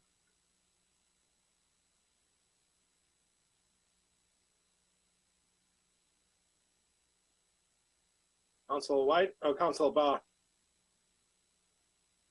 Thank you, Mr. President. I also want to thank the Chair of Finance for a thorough job on that committee. I want to also underscore the fact that I'm looking at through the committee report. There was an order submitted also by Councilor Ewan Campen about broadband internet, for the city, and I kind of elaborated on the intent, and so we decided because the administration provided a response about like some legal challenges and stuff, and so we kept it because we want to do like a study to know who are the people without internet access and to be able to streamline that and then focus and help those people rather than providing free internet access for everyone. Meanwhile, a majority of people can be able to pay for their internet. I wanted to make sure that we highlight that. Thank you. All right, that was a great team effort on the committee report. Any further discussion? Teamwork makes a Hearing dream. none, we'll call the roll on approving the committee report and thank you. Mr. President, there's a roll call vote on the approval of item 18, the Finance Committee report as presented. On that item, Councilor Klingon. Yes. Councilor Mba. Yes. Councilor White. Yes. Councilor Ballantyne. Yes. Councilor Strezzo. Yes. Councilor Niedergang. Yes. Councilor Davis. Yes. Councilor Scott. Yes. Councilor Ewan Campen. Yes. Councilor Rossetti. Yes. And Councilor McLaughlin. Yes. Mr. President, all 11 councilors have voted in favor of that item. It has been approved. All right, and we have some roll call votes, Mr. Clerk. Mr. President, there are 3 roll call votes coming out of the committee, the approval of the committee report. The first is on item number 210564, which appropriates $240,000 from the Capital Stabilization Fund for tree planting. All right, any discussion? Hearing none, please call the roll. On that item, Councilor Klingon. Yes. Councilor Mba. Yes. Councilor White. Yes. Councilor Ballantyne. Yes. Councilor Strezzo. Yes. Councilor Niedergang. Yes. Councilor Davis. Yes. Councilor Scott, Yes. Councilor Ewan Campen, Yes. Councilor Rossetti, Yes. Councilor McLaughlin. Mr. President, all 11 councilors have voted in favor of that item. It has been approved. Next is item number 210657, which is an easement to Select Energy for a solar energy system to be installed at the East Somerville Community School. Any discussion? Hearing none, please call. On that item, Councilor Klingon, Yes. Councilor Mba, Yes. Councilor White, Yes. Councilor Ballantyne, Yes. Councilor Strezzo, Yes. Councilor Niedergang, Yes. Councilor Davis, Yes. Councilor Scott, Yes. Councilor Ewan Campen, Yes. Councilor Rossetti, Yeah. and Councilor McLaughlin. Yes. Again, Mr. President, with all 11 councilors in favor, that item has been approved. And finally, item number 210658 is an easement to Select Energy for a solar energy system to be installed at the high school. All right. Hearing no discussion, please call the roll. On that item, Councilor Klingon, Yes. Councilor Mba, Yes. Councilor White, Yes. Councilor Ballantyne, Yes. Councilor Strezzo, Yes. Councilor Niedergang, Yes. Councilor Davis, Yes. Councilor Scott, Yes. Councilor Ewan Campen, Yes. Councilor Rossetti, Yes. and Councilor McLaughlin. Yes. Mr. President, on this final item of the three, all 11 councilors have voted in favor. That item has been approved. All right, next item. Item number 19 is a report of the Committee on Land Use, which met on September 29th. Councilor Ewan Campen. Thank you very much, Mr. President. The Land Use Committee, let me get my camera on, forgive me. The Land Use Committee met on September 29th and considered two items.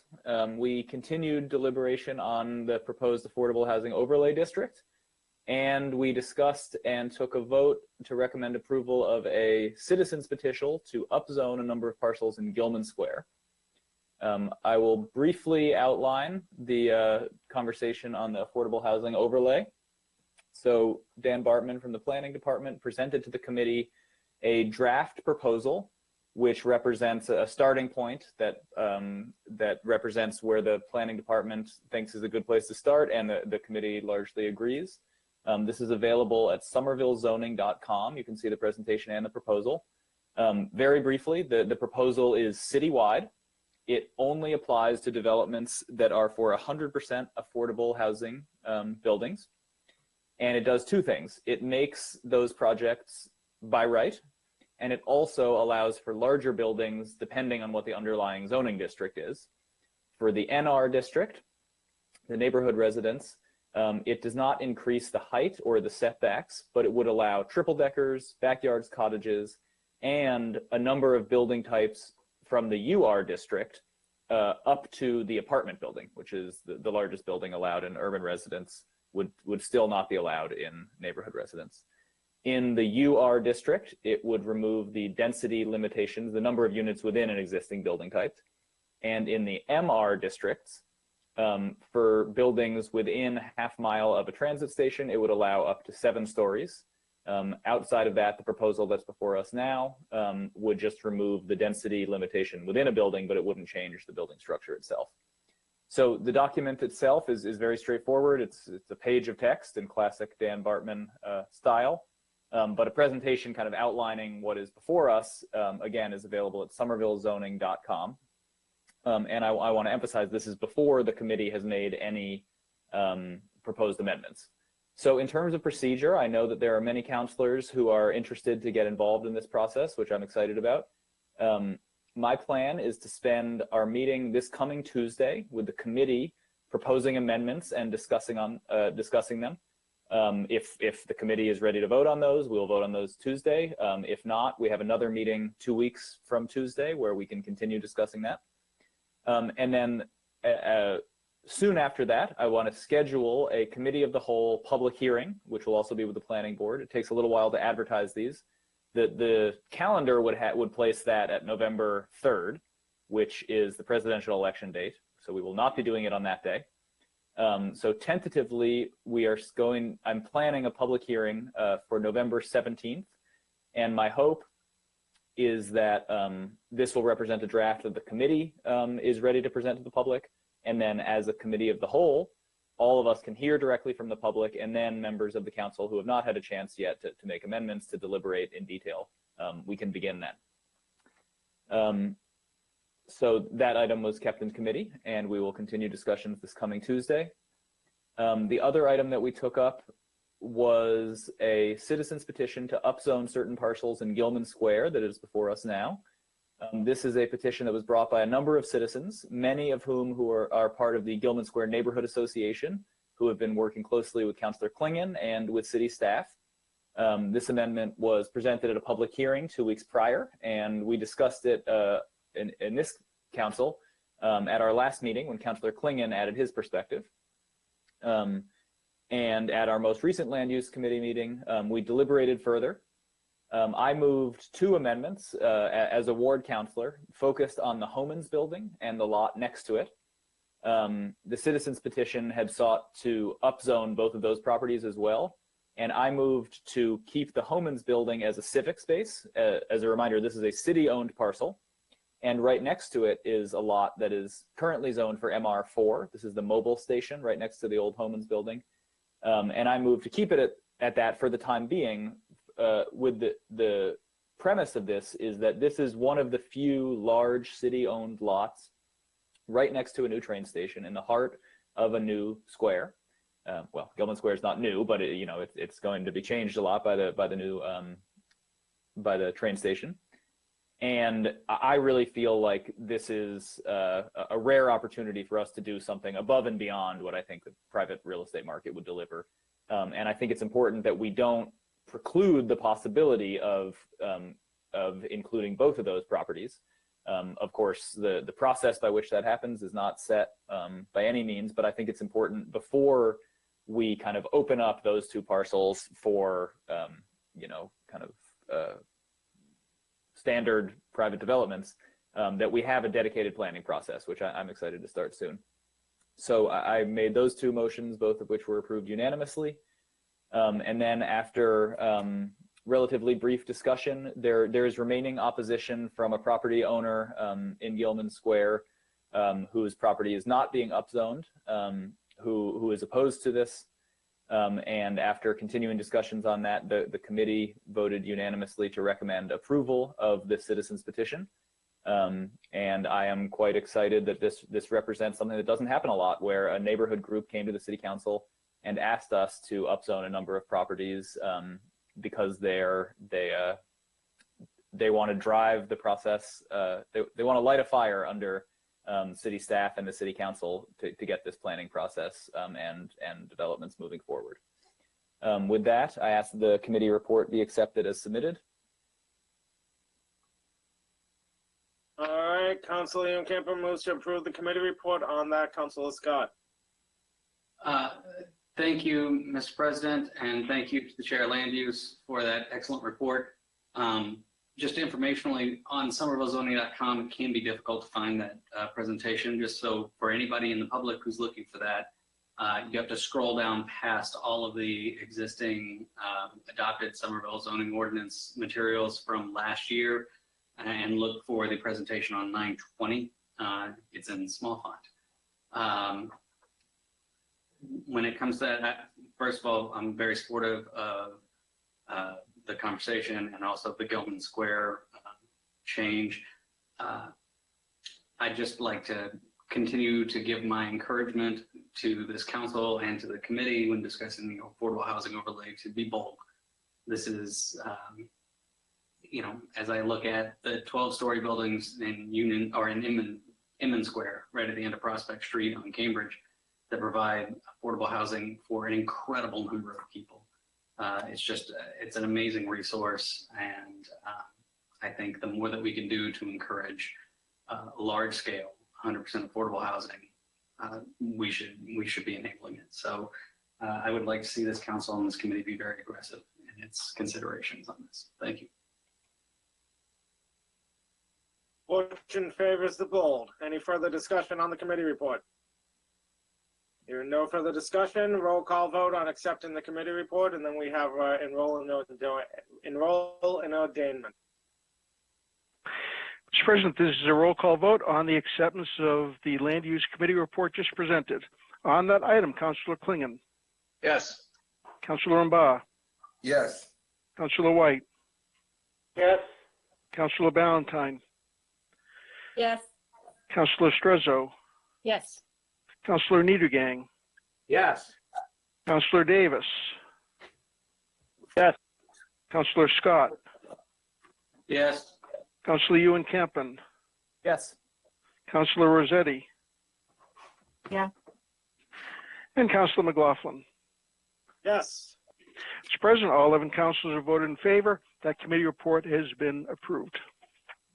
We have an item to approve in the committee report. Mr. President, we have the ordinance from the registered voters upzoning some parcels along Medford Street, and I'm displaying this because it includes the amendments that were approved in the committee. All right, on enrollment.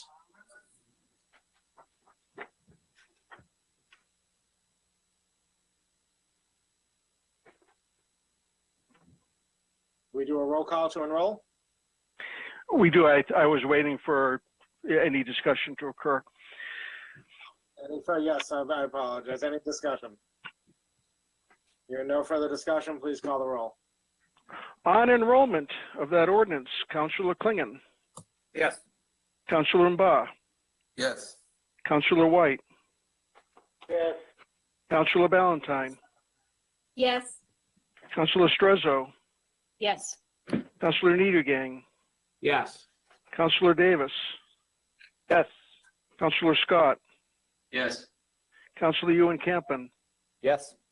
Councilor Rossetti. Yes. And Councilor McLaughlin. Yes. Mr. President, all 11 councilors have voted in favor. That item has been enrolled. All right, on ordainment. On ordainment of that item, Councilor Klingon. Yes. Councilor Mba. Yes. Councilor White. Yes. Councilor Ballantyne. Yes. Councilor Strezzo. Yes. Councilor Niedergang. Yes. Councilor Davis. Yes. Councilor Scott. Yes. Councilor Ewan Campen. Yes. Councilor Rossetti. Yes. And Councilor McLaughlin. Yes. Again, Mr. President, with all 11 councilors in favor, that item has been ordained. All right, next item. We move to item number 20, which is a report of the Committee on Legislative Matters, which met on October 1. Councilor Davis. Okay, thank you, Mr. President. Committee on Legislative Matters did meet on October 1st. All members were present, and we went through quite a number of items. I'll skip the updates, although I would encourage folks to read. The one thing I will note, I gave an update on the effort to create a community police review agency and indicated that job postings for the 2 city council positions that are proposed and for which the budget has already been allocated in last budget process would be imminent if they hadn't happened already. I learned yesterday or the day before that that actually hasn't happened. The mayor raised questions, and effectively those postings, even the job postings, are on hold. So we remain in a holding pattern. I hope to figure out how to rectify those issues or open concerns, such as they may be, as soon as possible, and so that we get this process moving, because we are way overdue to get moving forward on that. So didn't want that to go, since the information that was presented at the meeting is now not accurate anymore. We will have 3 separate items on which to vote following the report. I'll provide those numbers afterwards. The first of which, though, is a proposed home rule petition to repeal a previously granted home rule petition from 2004. This is the anti-gang loitering, so-called anti-gang loitering ordinance. President McLaughlin President McLaughlin originally had proposed that we remove the municipal ordinance of the same ilk, which we did through our last meeting. So the Solicitor's Office noted that there was also a home rule petition that requires another home rule petition to get rid of that one. So just trying to clean all this up. There will be a home rule petition before us on that, which is item number 35 separately, which I will request that we take up following the report. We also deliberated on a proposed ordinance that was proposed by Councilor Scott originally, to prohibit the use of prison labor for any city projects. There was a bit of back and forth on the specific language, but Councilor McKenzie provided a draft. We made a couple tweaks and recommended approval on that. So that will be item 36. Sorry, the anti-loitering was 35. That's item 36. Just to be clear, this is very straightforward. It just prohibits the city from employing incarcerated folks through whatever program that might be. There is not. We did discuss whether there might be, programs that actually are good that we would want to. There are none that we know about.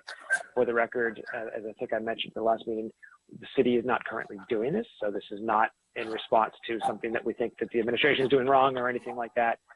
We just the intent is to put this ordinance on the books so that in the future we won't have that occur without there being further discussion if there is at some future time a program that we think is appropriate. So this is just a straightforward prohibition, and that'll be a separate item as well. And then I guess we did talk about a few other things. I won't go into a lot of it. We sort of re-level set on the community benefits ordinance. The description of that discussion is lengthy and detailed, so I'll let that speak for itself. We also discussed the concerns with LED lights and the temperature level, which is like the color. Those were kept in committee. We'll come back to those as appropriate. So the third item that we actually took action on was a proposed amendment to the tree preservation ordinance that Councilor Niedergang had submitted. This effectively, it was as submitted, it would effectively protect the invasive Norway maple species. The ordinance as it currently stands, it exempts invasive species from the ordinance. So effectively, you don't have to follow the jump through the hoops in the ordinance to remove one of these species. The rationale for that was that they're bad and we don't want them. This ordinance or this amendment would sort of exempt from that exemption trees larger than 24 inches in diameter. We had a discussion on this, and we also had received, the committee had received a communication from the Urban Forestry Commission with sort of a discussion of both sides and some suggestions. We discussed actually whether any large tree is worth protecting or at least being subject to the ordinance, regardless of the invasive nature and other negative effects that it might have. The senior planner and director of I'm sorry, I'm going to get to Dr. Bakili's title wrong, but our brilliant arborist, Dr. Bakili, advised that while there clearly is some value to large trees, given the scarcity of really massive trees that we have in the city, and the other values that they provide, despite the invasive nature of some of them, there was one species, the tree of heaven, Ailanthus, which if you look it up, you'll all recognize that there's a million of them around, and they tend to grow along fence lines and in places where you'd never think a tree could grow. They are particularly concerned, even more so than the much maligned and in my opinion correctly so, Norway maple, because there's a specific, I believe it's a spotted lanternfly, an invasive bug that, while not yet discovered in the area alive, there have been recently dead bugs found, and they can target this species. So that, combined with the horribly invasive nature, was enough to compel the committee to keep the exclusion or keep the exemption of that species. So in other words, if you want to cut down a tree of heaven, you can still go ahead and do it. Otherwise, the effect of the amendment that was ultimately recommended is that any tree over 24 inches is no longer within the definition of an invasive species, since that is the existing exemption. So it's a little bit of a different approach than one of the recommendations of the Urban Forestry Committee, but it's to the same effect. And that is what we will have before us in item number 49, that revision. So the short version is this amendment would no longer exempt invasive trees other than the ailanthus. So as I said, cutting down that are 24 inches or greater. So cutting down an ailanthus is still okay anytime you want.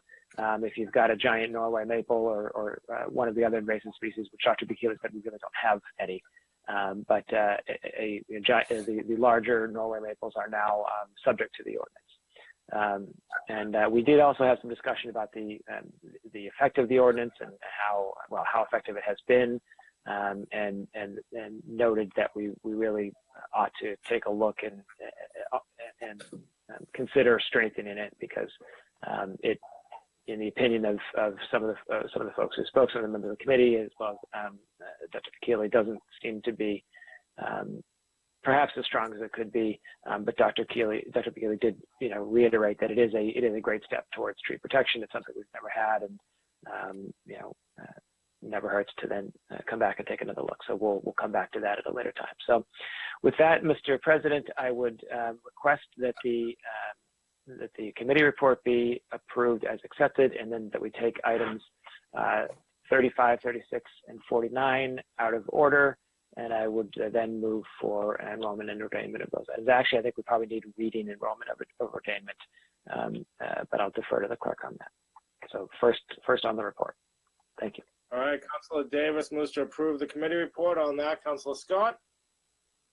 Yes, I'd just like to thank the chair and the committee for their excellent work on this, and absolutely the Urban Forestry Committee for the many hours they put in on the question of large species and invasive species here. So I appreciate the collaborative effort here, and appreciate that we listen when they take the time to write amendments.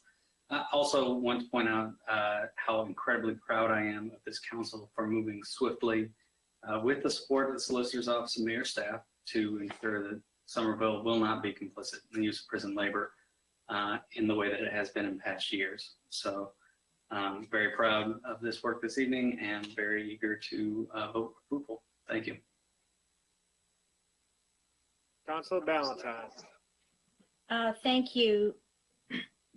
Through you, Mr. President, to the chair of the committee, in regards to the ordinance on prohibiting the use of prison labor services, I just had a couple of questions, a few questions. How often did the city use this prison labor? So the discussion that we had in committee, and actually my conversations with Assistant Solicitor McKenzie prior to that, are that we aren't and have not been using prison labor in any way that would, be relevant to this ordinance. And Councillor Scott, I believe, was in agreement with that. Frankly, Councillor Scott, you just alluded to prior use, so you may have more fresh recollection of the city's history. So I would certainly be willing to defer to you on that. But as I said, right now we're not. My understanding from everything that we've been told is that this is not something we're doing nor intend to do. It is merely I guess a precautionary measure to have this ordinance in place so that it could not happen in the future under any future administration without action by the council. So there's some language there that I'm trying to understand then also, because the first thing I thought of when this was brought up was ROCA. So could you confirm that the city's, is the city still allowed to work with ROCA? Yes. So to be clear, the city is still allowed to work with ROCA. ROCA is a program that is, effectively keeps folks from being incarcerated. It's a diversion program. The language in the ordinance is people who are serving a residential sentence, and so that's the key differentiator there. Okay, and then thank you for that. So then I not used to this language. What does it mean to have a residential sentence? It means actually living at the residences that have been outlined in the ordinance? That is how I understood it. I don't know if if Solicitor McKenzie is with us and can add to that or articulate better the intent there, but that is certainly how I understood. We did have a conversation about some of the language and frankly the sort of the other examples of facilities and made a tweak to have that list be qualified to be like facilities, so facilities like a jail, prison, or house of correction operated by those other entities, so that in all cases it's clear that we're talking about if folks who are serving a residential sentence. Okay. So then you also mentioned in your comments at the beginning about there aren't any good programs out there. And I want to understand what that means. What are good programs? What's the defining, what defines a good program? Yeah, no, excellent question. And you hit exactly on the point that ultimately led to this being drafted the way it was. Assistant Solicitor McKenzie raised the question as to whether there might be a program in the future that we would feel it would be appropriate to use. And this is in a phone conversation with Councillor Scott and Assistant Solicitor McKenzie and myself.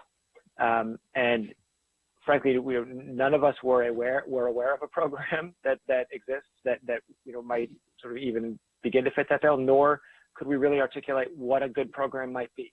We don't know. And so that was the question was whether we wanted to include something in the ordinance now that would allow for a program to be used in the future. But because we really just couldn't articulate, what would a good program be, I don't know.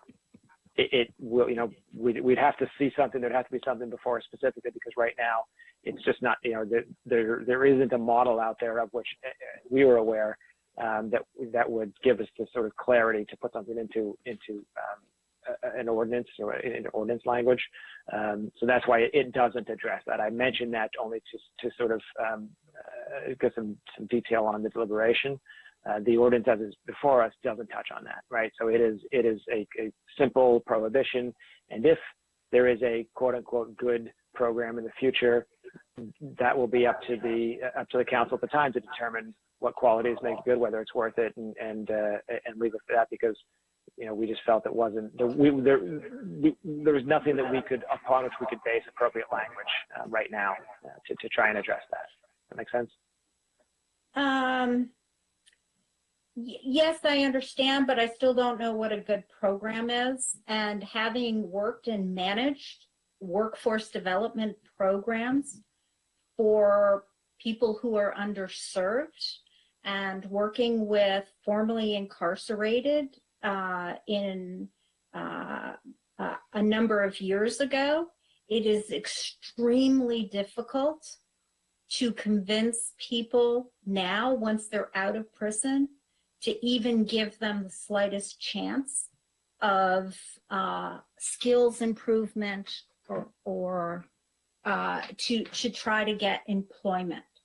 And so any skills that they can learn while they're incarcerated puts them 10 times further ahead by the time they get out of prison. So I'm still trying to understand what models that you were all defining as good, or did you speak to I think when this was first put forward, there was reference to the sheriff's office. Did someone from the sheriff's office talk about how the program works, or the what would help define a good program versus a bad program? Mm-hmm.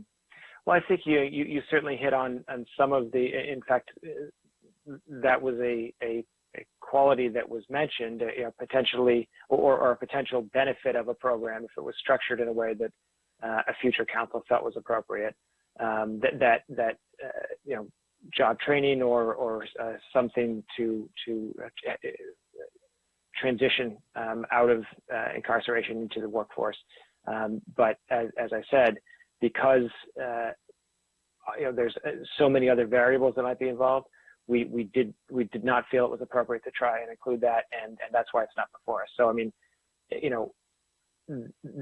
I think your point is valid and relevant, and I agree, but what's before us, it's not really relevant to what's before us, right? Unless I guess if you thought we needed to go back and concoct what some sort of an exemption, but again, as I said, we didn't feel that there was a model out there, and we didn't feel that there was enough clarity that would enable us to put something in the ordinance now.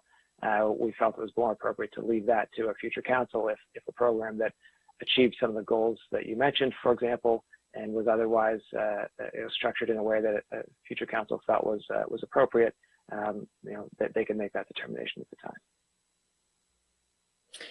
time. Okay, I'm thinking a little bit, but I see that my colleague from Ward 2 has his hand raised, and he said he could speak on this, so I would like to yield and allow him, Mr. President, to make some comments, because he said he could on this point. I would love to allow him as well. Councilor Scott, on this point. Certainly, just to the question that my colleague from Ward 7 asked first, we have used the Middlesex Sheriff's Program as recently as 2016. We have not been provided by the administration a record of how many times that program was used or a similar program was used. We just haven't been provided that information. The reason that I know about it is because it was referenced in public meetings, in budget meetings. So this is not purely hypothetical. This is a case where we were using the labor of incarcerated people who were being paid less than $2 an hour to come in and paint city buildings, labor for which they were not well compensated. I don't believe they obtained very much in the way of skills training.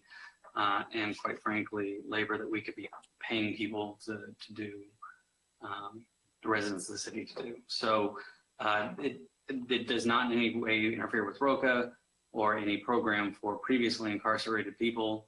Obviously, ROCA is a diversion program, and so the language around a residential sentence is particularly important because it addresses people who may have been sentenced to probation, right? A non-residential sentence. So I appreciate the language here and the work that's been done to make sure this is clearly tailored to accomplish what we want to accomplish. I feel it is important and sufficient for today to simply say that we will not be using the labor of incarcerated people. But if my colleague does collaborate with one of our carceral state institutions to create a program that does pay people a fair living wage, reduces their sentence, and enables them job training for their hopeful speedy release, then I'd be happy under the terms of to modify this ordinance to enable it. But that's not the situation we're in. So given that this is a practice that was actually under consideration for use this year by the city, I think it's important that we address it. Thank you.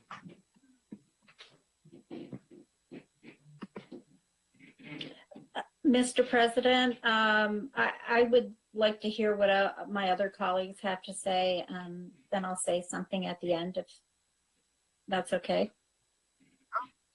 Councilor Barr. Thank you, Mr. President. Thank you, Chairman Davis, for your hard work in this committee, and for the exhaustive and elaborate report. Myself, I think when this was put forward, first, the truth preservation is excellent, but this prison level, I'm a little torn because this is where our heart is in the right place. We want to do the right thing because incarcerated people are paid, just to put it to scale, like 33 cents to $1.41 an hour. So this is a perfect fit. I'm thinking about like, how do we, set our standards straight by also, like listening like from Councilor Valentine. I think my intention was before even any,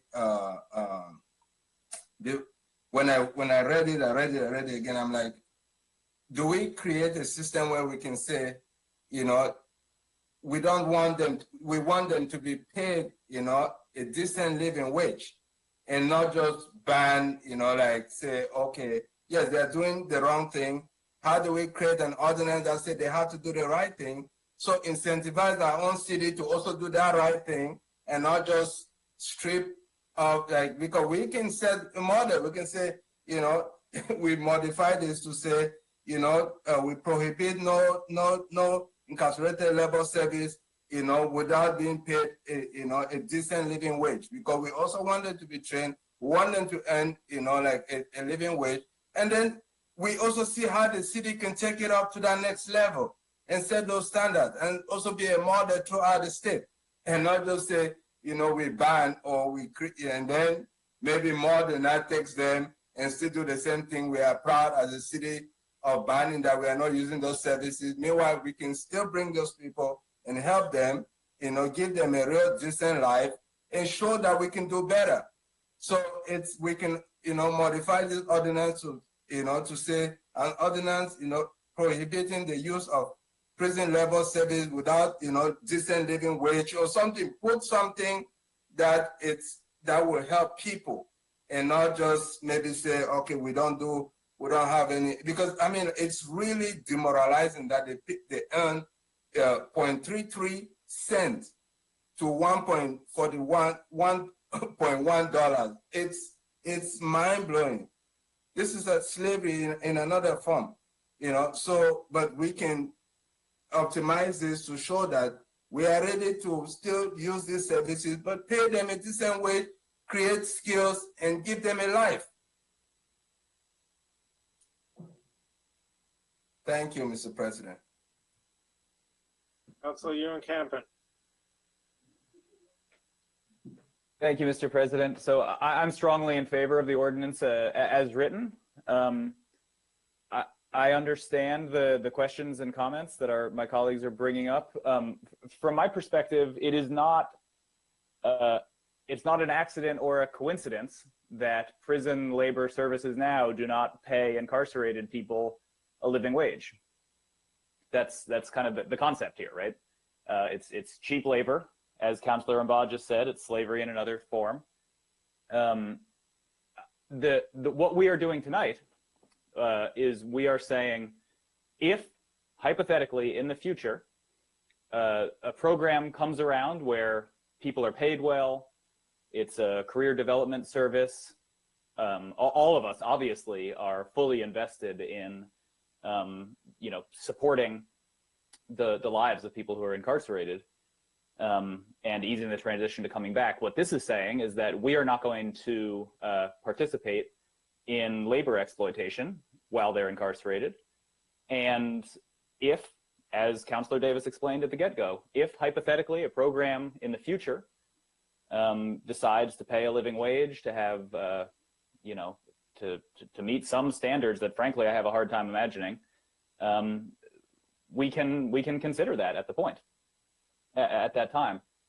What I would do not want to do is to have a loophole for that now. To say, well, because there hypothetically might be a program in the future that we might want to approve of, in the meantime, we'll allow this kind of totally unacceptable status quo to continue.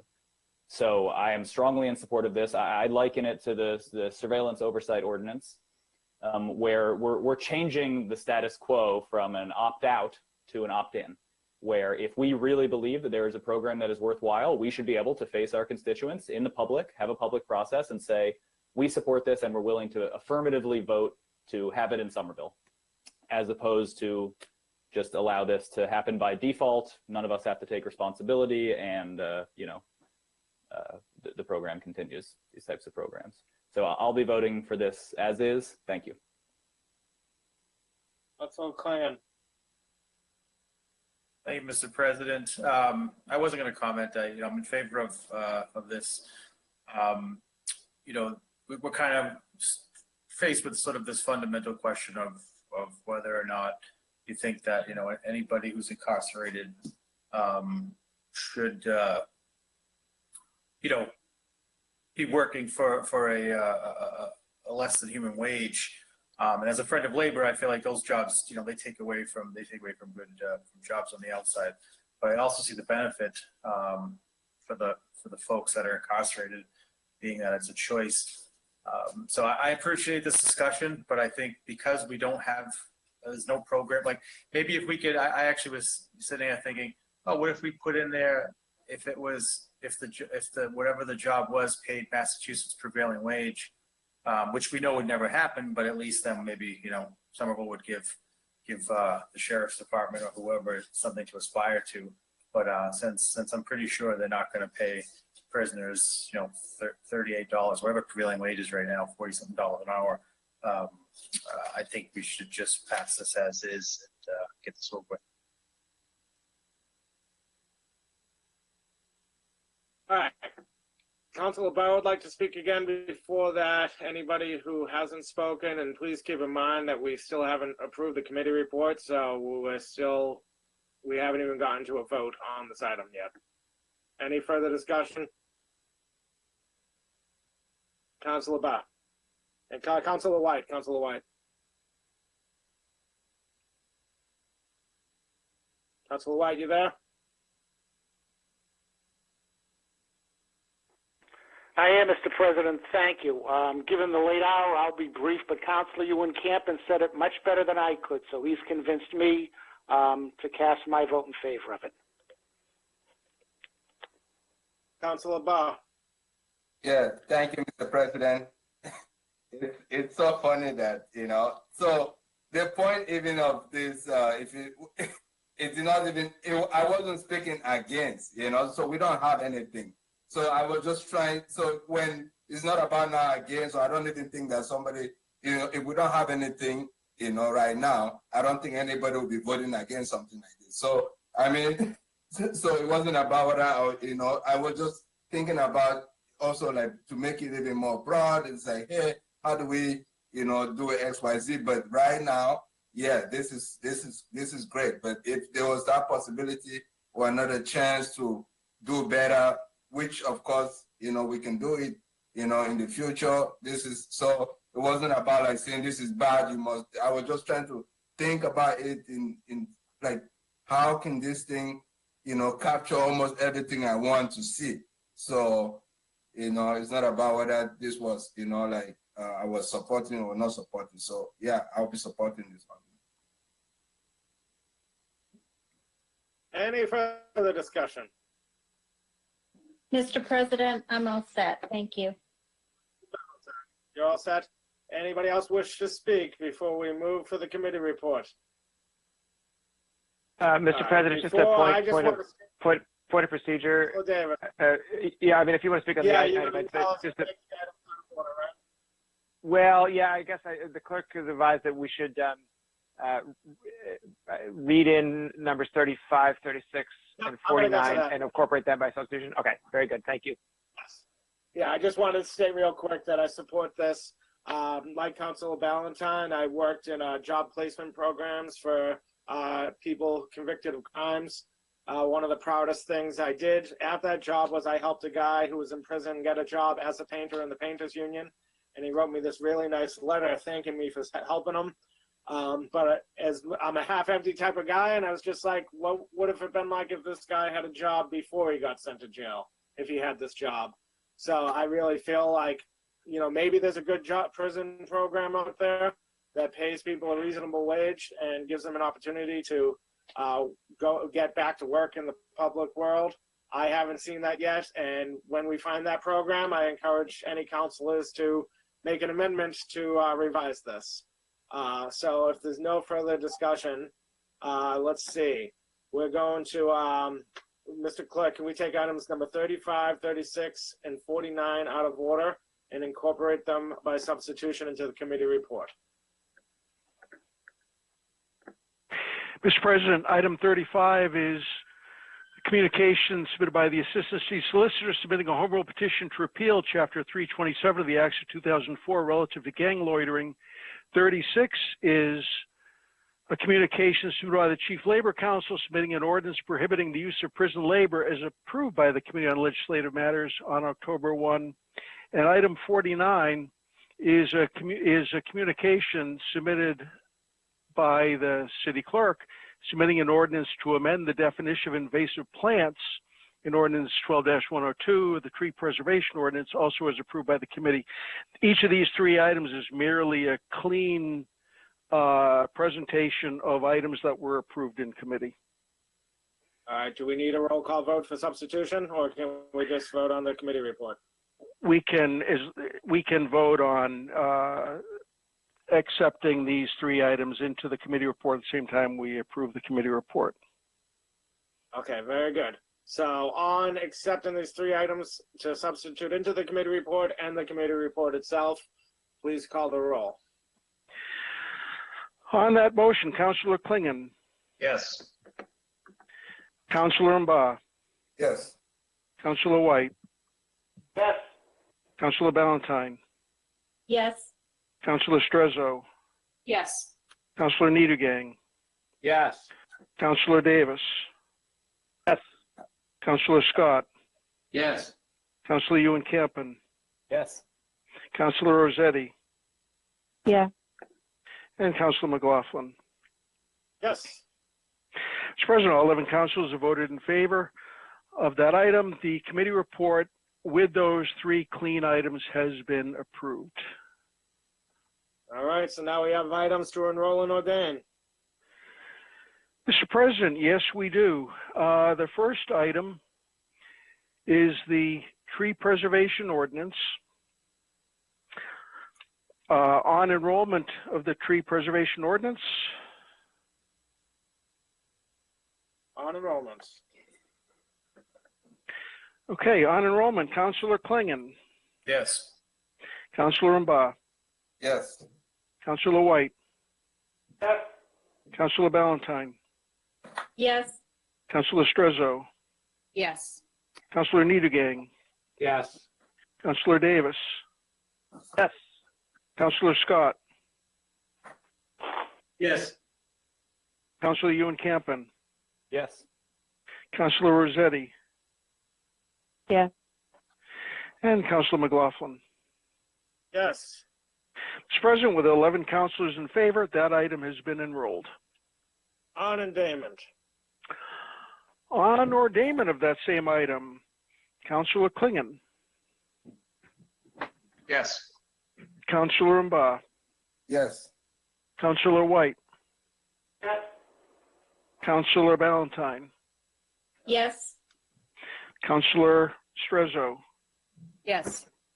Councilor Niedergang, Yes. Councilor Davis, Yes. Councilor Scott, Yes. Councilor Ewan Campen, Yes.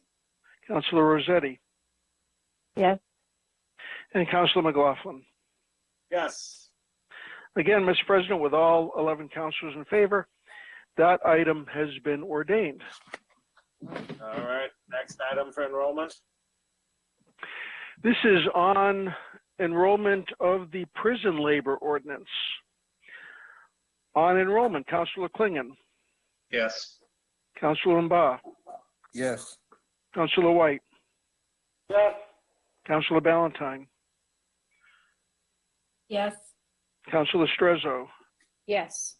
Councilor Niedergang, Yes. Councilor Davis, Yes. Councilor Scott, Yes. Councilor Ewan Campen, Yes. Councilor Rossetti, Yes. and Councilor McLaughlin. Yes. Mr. President, all 11 councilors have voted in favor of enrollment. That item has been enrolled. On ordainment. On ordainment of that same ordinance, Councilor Klingon, Yes. Councilor Mba, Yes. Councilor White, Yes. Councilor Ballantyne, Yes. Councilor Strezzo, Yes. Councilor Niedergang, Yes. Councilor Davis, Yes. Councilor Scott, Yes. Councilor Ewan Campen, Yes. Councilor Rossetti, Yes. and Councilor McLaughlin. Yes. Mr. President, all 11 councilors have voted in favor of ordainment. That item has been ordained. All right. Next item for enrollment. The final item, it's actually not up for enrollment, but it's the home rule petition to repeal the anti-gang loitering special act of the legislature. Any discussion? Hearing none, please call the roll. On the home rule petition, Councilor Klingon, Yes. Councilor Mba, Yes. Councilor White, Yes. Councilor Ballantyne, Yes. Councilor Strezzo, Yes. Councilor Niedergang, Yes. Councilor Davis, Yes. Councilor Scott, Yes. Councilor Ewan Campen, Yes. Councilor Rossetti, Yes. and Councilor McLaughlin. Yes. Mr. President, all 11 councilors have voted in favor. That home rule petition has been approved by the City Council. All right. Any further discussion there? If not, we're moving on to the next item. Next item being item number 21, which is a report of the Committee on Public Health and Public Safety, which met as a committee of the whole on October 5. Councilor Davis. Thank you, Mr. President. The Committee on Public Health and Public Safety did meet on October 5th. All members were present. We a few things that I do want to note. The minutes are, as always, extensive and excellent. So I would encourage folks to take a look. We had a good bit of discussion about data and how, when you take different pieces of data and it can sort of change the story. And so encourage folks to take a look at the city's data dashboard and think about that in the context of some of the discussion that we had that's described. Two things came out of it. One, we at the time of the meeting, Somerville within the state's color-coded map, Somerville was back into the green, which indicates less than 4 people per 1,000. I believe it's looking back over the past 14 days, if I've got that right. But forgive me if it's not exact. But the key point is that we were at 3.8, and the data set and the slides that were presented by our folks from Somerset, the news sounds good and the data sounds good, and we're all, sort of the conventional wisdom is that in Massachusetts we're doing great. But if you really look at that data, there's significant things to be concerned about. And Director Kress really reiterated that there are some upticks, or there's some leveling. Ms. Noonan, who presented the data slides, also noted that if you look recently, while the overall lines may be down, recently you're hitting more of that median range more consistently. It does suggest perhaps that, and this is of cases, hospitalizations, et cetera, positive test rate, and so it's important that we all. So what was emphasized by the director of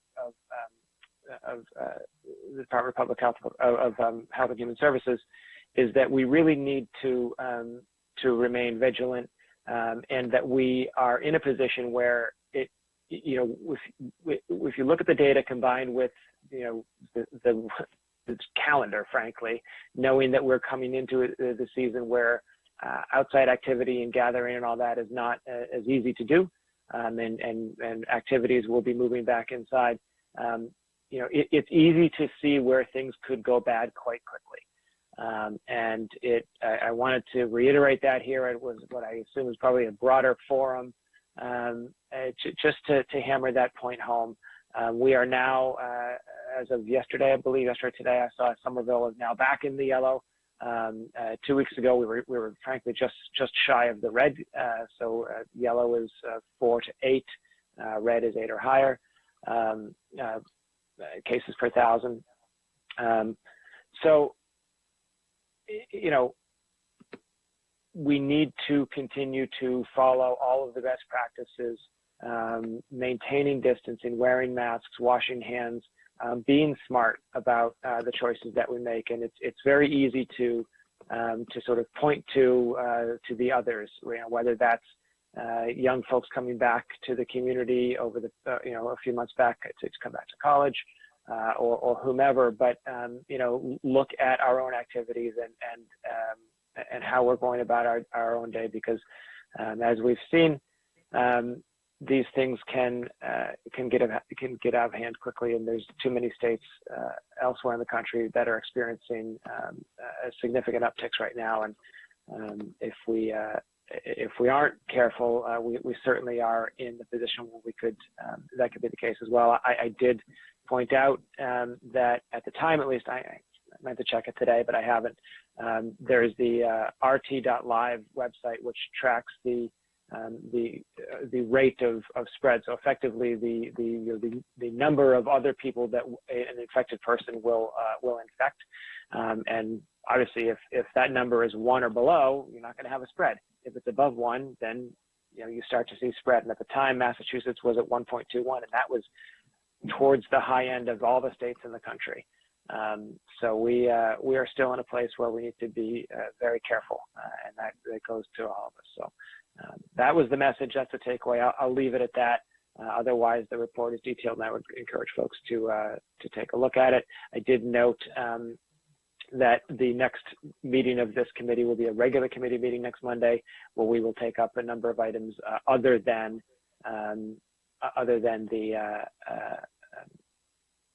the coronavirus response. So with that, Mr. President, I request that the report be accepted as submitted. Councilor Davis moves to accept the committee report as submitted. Any discussion? Hearing none, this committee report will be laid on the table for approval. Mr. President, just quick clarification. If I may, when I said next Monday, obviously that is Indigenous Peoples Day. I meant to say the following Monday for the next meeting. The Non-Indigenous Peoples Day, Monday, 2 weeks from now. Thank you. Next item. Item 22 is a report of Committee on Public Utilities and Public Works, which met as a committee of the whole on September 30th. Councilor Klingon. Thank you, Mr. President. Through you, the Committee on Public Utilities, Public Works met as a committee of the whole. All councils were present. In addition, others present from city staff was Director Antanavica, Nick Antanavica from ISD, David Shapiro from the Solicitor's Office, Kushbu Weber from the Mayor's Office, and Peter Forcelisi was the clerk. We started things off with a public hearing on 2 items. One was that the Director of Inspection Services appear before the Committee on Public Utilities to discuss that all conditions of a special permit are met prior to final sign-off by Inspectional Services.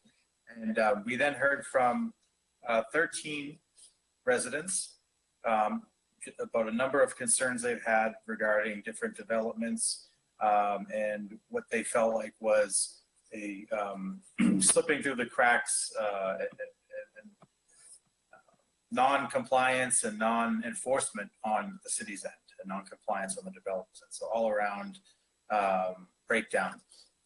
And that kind of informed the conversation. Mr. Antanavica came before us, and he understood the concerns expressed here. Since he's been monitoring these things, and with the new zoning that's been enacted in the new zoning overhaul, there is actual enforcement baked in, and he's looking at how to create a system where all the departments talk in such a proper manner that there's checks and balances on whether or not, how we're tracking these conditional approvals, how they're being enforced, what mechanisms we're using, and just how it's all being tracked. And one of the things that was noted by some of our colleagues was by Councilor Niedergang, said that he needs the tools to get the job done, to which Councilor Rossetti asked about the vacancies in ISD. And they said there was 4 vacancies at this present time. So there's 4 unfilled positions in that department. And also Councilor Rossetti asked about vacancies in planning and zoning, to which the response was there are 2 vacancies. So you can see there's a major deficiency with regards to manpower. Those resources are much needed in order to be able to carry out any specific enforcement systems. But in the meantime, we acknowledge that there's been major breakdowns. We heard from many constituents as well as councilors about certain instances of non-compliance, and some things were set straight. There was questions about certain occupancy permits that may or may not have been given out, and those questions were answered. It's all on video. It's great, great discussion. Councilor White referenced section 8.3 of the Code of Ordinances, which enables the city to deny a permit for unpaid fines. The current ordinance has a 12-month wait time, to which Councilor White said he will submit an amendment to lessen that time frame. Council Scott asked about what happens if a project is not found to be in compliance with an ordinance, such as like the drainage ordinance. To which Mr. Antoniavickas explained there was 3 options available to the builder. One would be to appeal to the director of planning, which Council Scott spoke to a specific project underway where there is a massive stormwater system to be installed, but it wasn't. So again, speaking to the breakdown and sort of the non-compliance and non-follow-through on the part of many developers in the city. We've all had these issues, and I think we had a great discussion on it. I do have some hope that Mr. Antoniavickas, with proper resources and just with the vast knowledge that he had coming into this position, and just his grasp on the job, you know, barring any, like I made the comment of saying I just hope we don't burn Mr. Antoniavickas out, especially this has been such a strenuous time with COVID and stuff that we really need somebody at the helm there, because every time we lose a director, you know, but he seems to be in good spirits and seems to have a really positive attitude about being able to get a lot of this, get a handle on a lot of these, the concerns and the problems that need addressing by city staff, by the city departments, ISD, as well as the planning department and the liaison, the way they speak to each other. So there was a variety of other things discussed, just a couple of things regarding specific properties, stop work orders and so on. And those were addressed by Mr. Antoniavickas. You can see that on the video. And with that, I ask that this committee report be accepted as submitted. Councilor Klein moves to accept the committee report as submitted. Any discussion? There are none. The committee report is laid on the table for approval.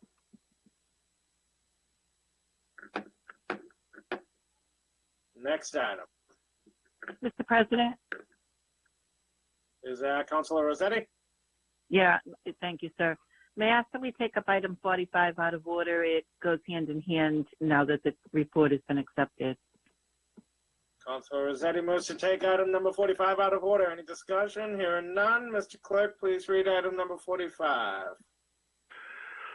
Item number 45 is an order submitted by Councilor Scott and Councilor Rossetti that the Director of Special Services review zoning ordinance 1.7 and act accordingly. Councilor Rossetti.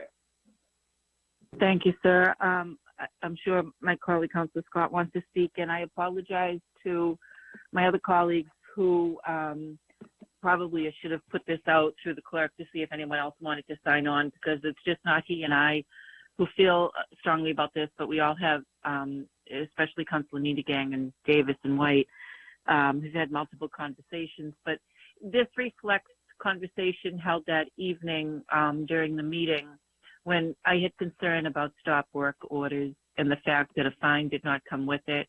And I promised that I was going to follow through and submit an order to have an amendment or to relook at language in our ordinances. I spoke with legal office, and Councilor Scott will tell you he spoke with the zoning and planning people. And lo and behold, it is in place already. It's under the zoning code, and I'll let Councilor Scott elaborate.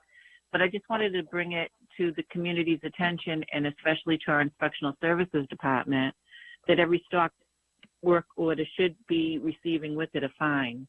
And it's there already in print, and it's a reminder here this evening. So I would ask that the clerk submit this particular order to that director, and with the language that this especially reflects stop work orders and the conversation that the council had with him.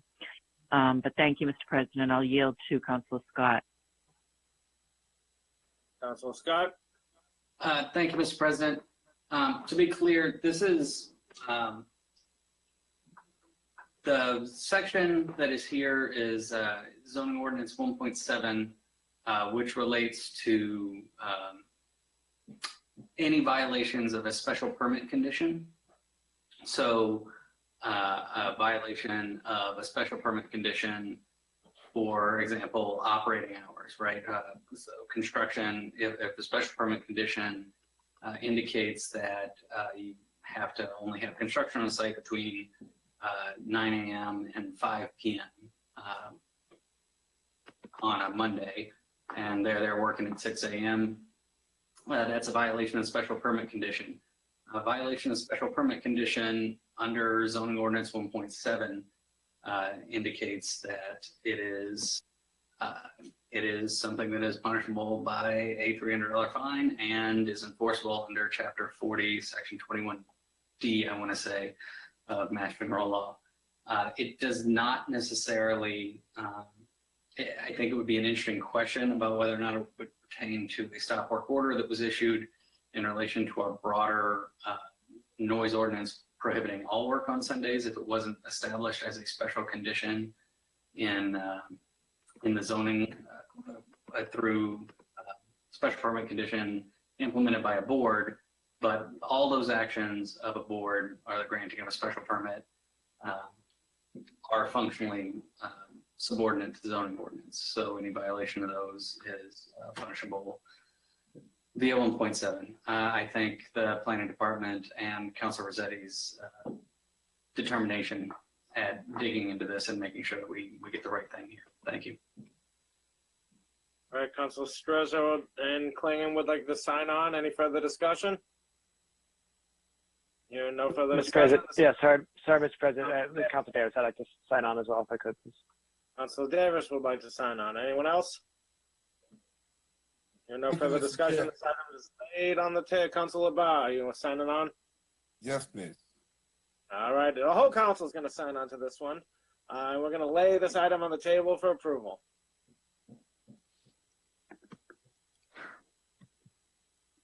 Next item. Returning to the regular order of business, we move to item number 23, which is a request of the mayor requesting an appropriation and authorization to borrow $1.44 million in a bond for the renovation and construction of the West Branch Library. Mr. President, I'd ask that this be sent to Finance Committee along with items 30 and 31, which are time extensions of contracts related to West Branch Library. All right, Councilor Scott moves to waive the readings of 30 and 31 and send those in item 23 to the Finance Committee. No Mr. discussion. President, Mr. President, just a quick question on that, if I may. Yes. On those items, thank you through you to the Chair of Finance. Just confirming, I assume this is the case because I know you're very diligent, but there's no urgency on any of those items to keep the project moving or anything along those lines. No, I thank you, Councilor Davis. I did check. The extensions are to cover the period from January to April of 2021. So it's not. They're not urgent. I checked with Director Weber. Okay, very good. Thank you. All right, these items are referred to the Finance Committee. Mr. President, I'd move to waive the readings of items 25, 26, 28, and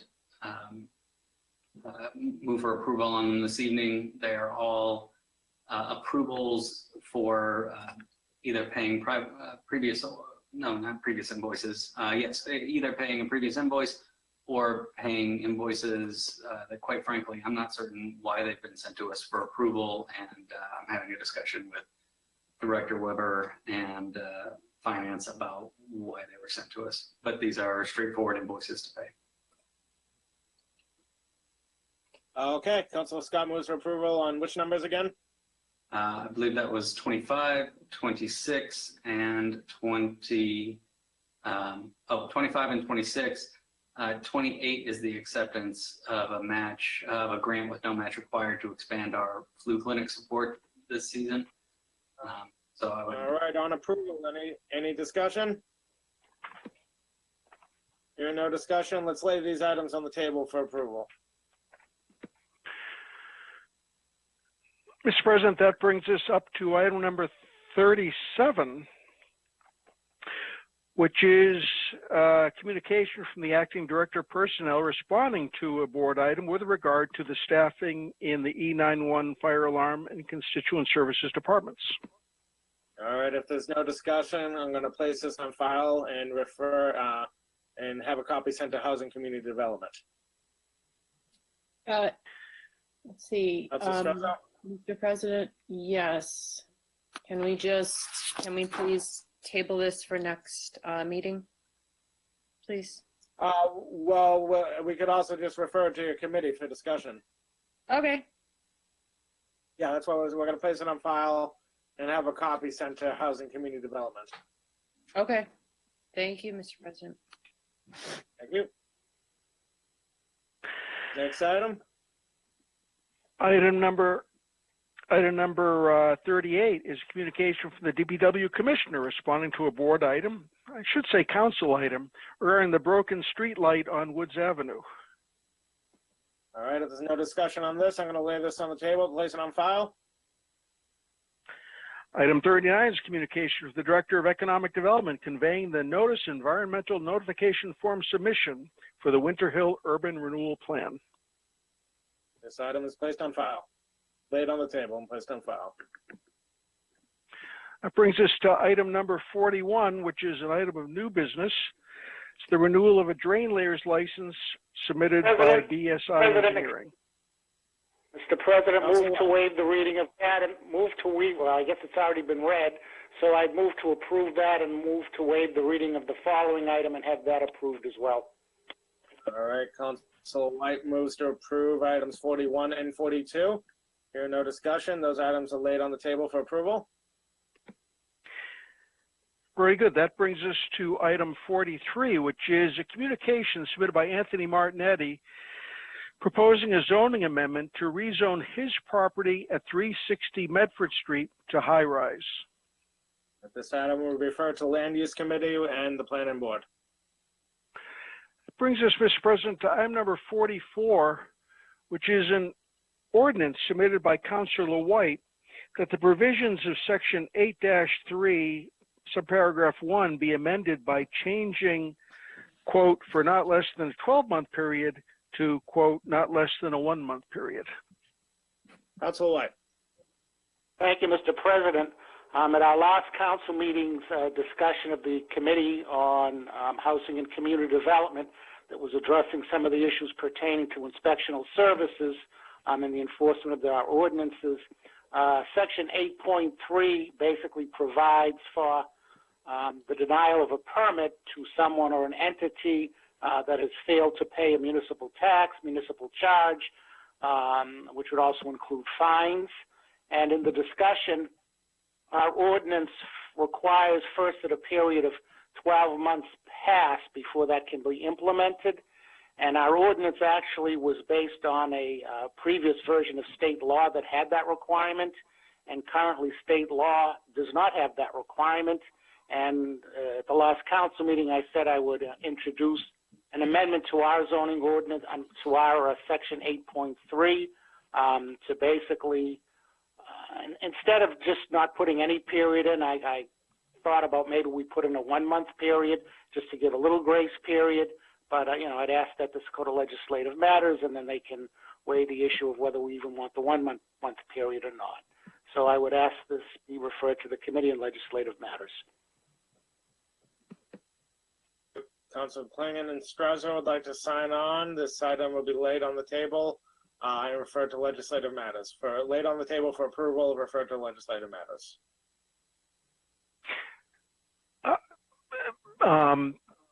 This is an ordinance, Mr. President. If it's referred to Legislative Matters, then it's not acted on this evening. Are you trying to act on this tonight, Councilor White? I thought he said he wanted to refer to Legislative Matters.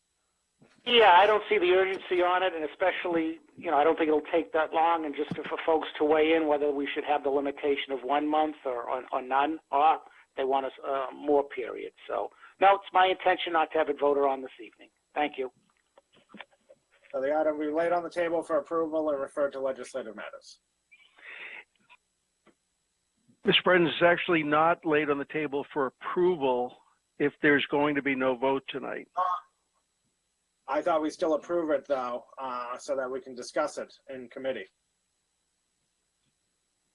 No, referring it to committee, Mr. President, is what allows the committee to discuss it. Okay, well, in the past we've approved, but this item is referred to legislative matters. Thank you for bearing with me.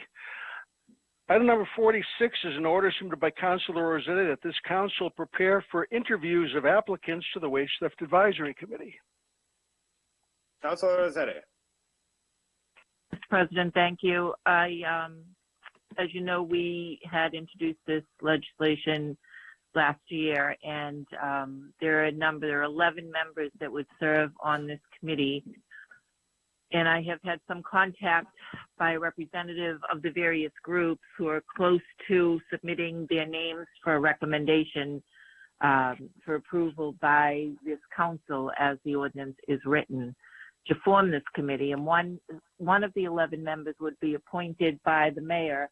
And I have had communication with his offices and have been informed that the mayor intends to have his recommended appointment to be also a member of the public. Nobody from the staff will be assigned to this committee. Therefore, this will be under the total purview of the city council. I anticipate the interviews happening hopefully within the next month.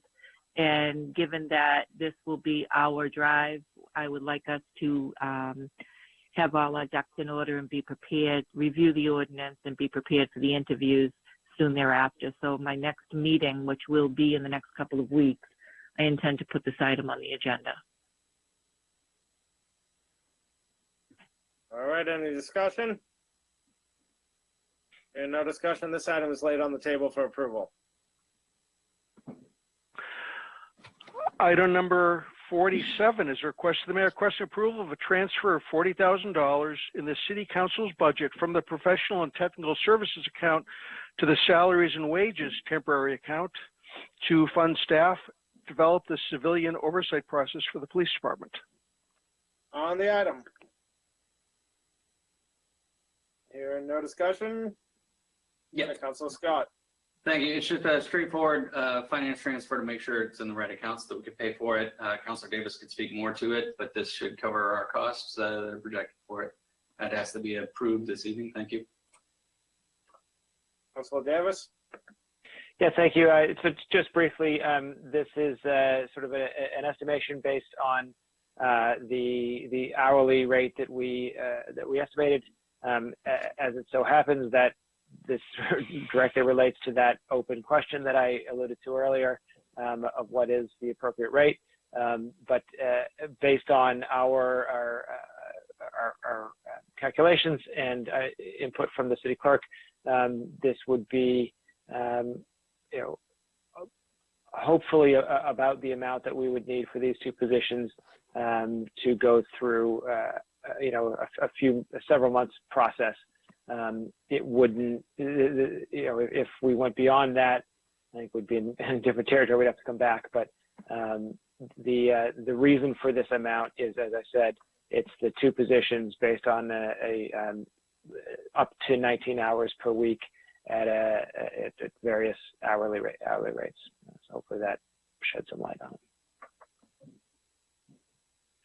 Any further discussion? Hearing none, this item is laid on the table for approval. Item 48 is a request of the mayor requesting confirmation of the appointment of Kenneth Silva to the position of district fire chief. This item will refer to confirmation of appointments. Item number 51 is a communication from the chief assessor responding to a board item regarding senior tax exemptions and a different item regarding tax abatements for arts organizations. This item is laid on the table and placed on file. Item 52 is communication from the president of Tufts responding to the council's item about the Tufts dining workers. This item is laid on the table and placed on file. And item number 53 is a communication from two residents submitting comments regarding the Conway Park remediation and renovation project. This item is laid on the table, placed on file with a copy to the Finance Committee. All right, should we take all remaining items that are still laid on the table and vote? Do a roll call vote? It sounds like a good idea, Mr. President. There's a lot that have built up. Mr. President, I just want to be sure that my item is referred to confirmation of appointments and not just approved, which was item number 46.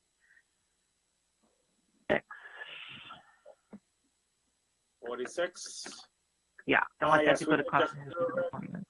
Well, okay, we'll lay it on the table for approval, refer to the Confirmation of Appointments Committee. Thank you. Very good. Then in that case, this is a motion to approve item numbers 21, 22, 25, 26, 28, 41, 42, 45, 46, and 47, and place items 37 through 40 and 51, 52, and 53 on file. On that motion, Councillor Klingon. Yes. Councillor Mba. Yes. Councillor White. Yes. Councillor Ballantyne. Yes. Councillor Strezzo. Yes. Councillor Niedergang. Yes. Councillor Davis. Yes. Councillor Scott. Yes. Councillor Ewan Campen. Yes. Councillor Rossetti. Yes. And Councillor McLaughlin. Yes. Mr. President, all 11 councilors have voted in favor. That motion has been approved. All right, do we have any late items? Mr. President, just a couple. We have an order submitted by Councilor McLaughlin. The Director of Parking place no parking signs in the corner of Cross Street and Chester Ave. This item is laid on the table for approval with a copy sent to Traffic and Parking. Next, we have an order submitted by Councilor McLaughlin. The Director of Public Works trim the tree at 21 Mount Vernon Street. This item is laid on the table for approval. Finally, Mr. President, we have a late item submitted by 2 residents submitting comments about the upzoning in Gilman Square. All right, this item is laid on the table with laid on the table for approval with a copy sent to the Land Use Committee and Planning Board. Laid on the table, placed on file, copy sent to Land Use and Planning Board. Very good. The planning, they're not zoning proposals, they're simply comments. Okay, then Land Use Committee. Very good. Mr. President, there are no further items before this council right now, except for these 3. Can we approve those and do a roll call on adjournment, or do we got to do those separate? Mr. President, let's go for it. All right. This is going to. Go ahead. Go ahead. This is going to be a roll call vote on the approval of the 2 late items submitted by Councilor McLaughlin and placing on file the communication from the 2 residents regarding Gilman Square with a copy going to the Land Use Committee. On that motion, Councilor Klingon. Yes. And moving to adjourn. Yes. That's the bonus. Oh, I'm sorry. Councilor Klingon again? Yes on those. Councilor Mba. Yes, please. Councilor White. Yes, especially for the bonus.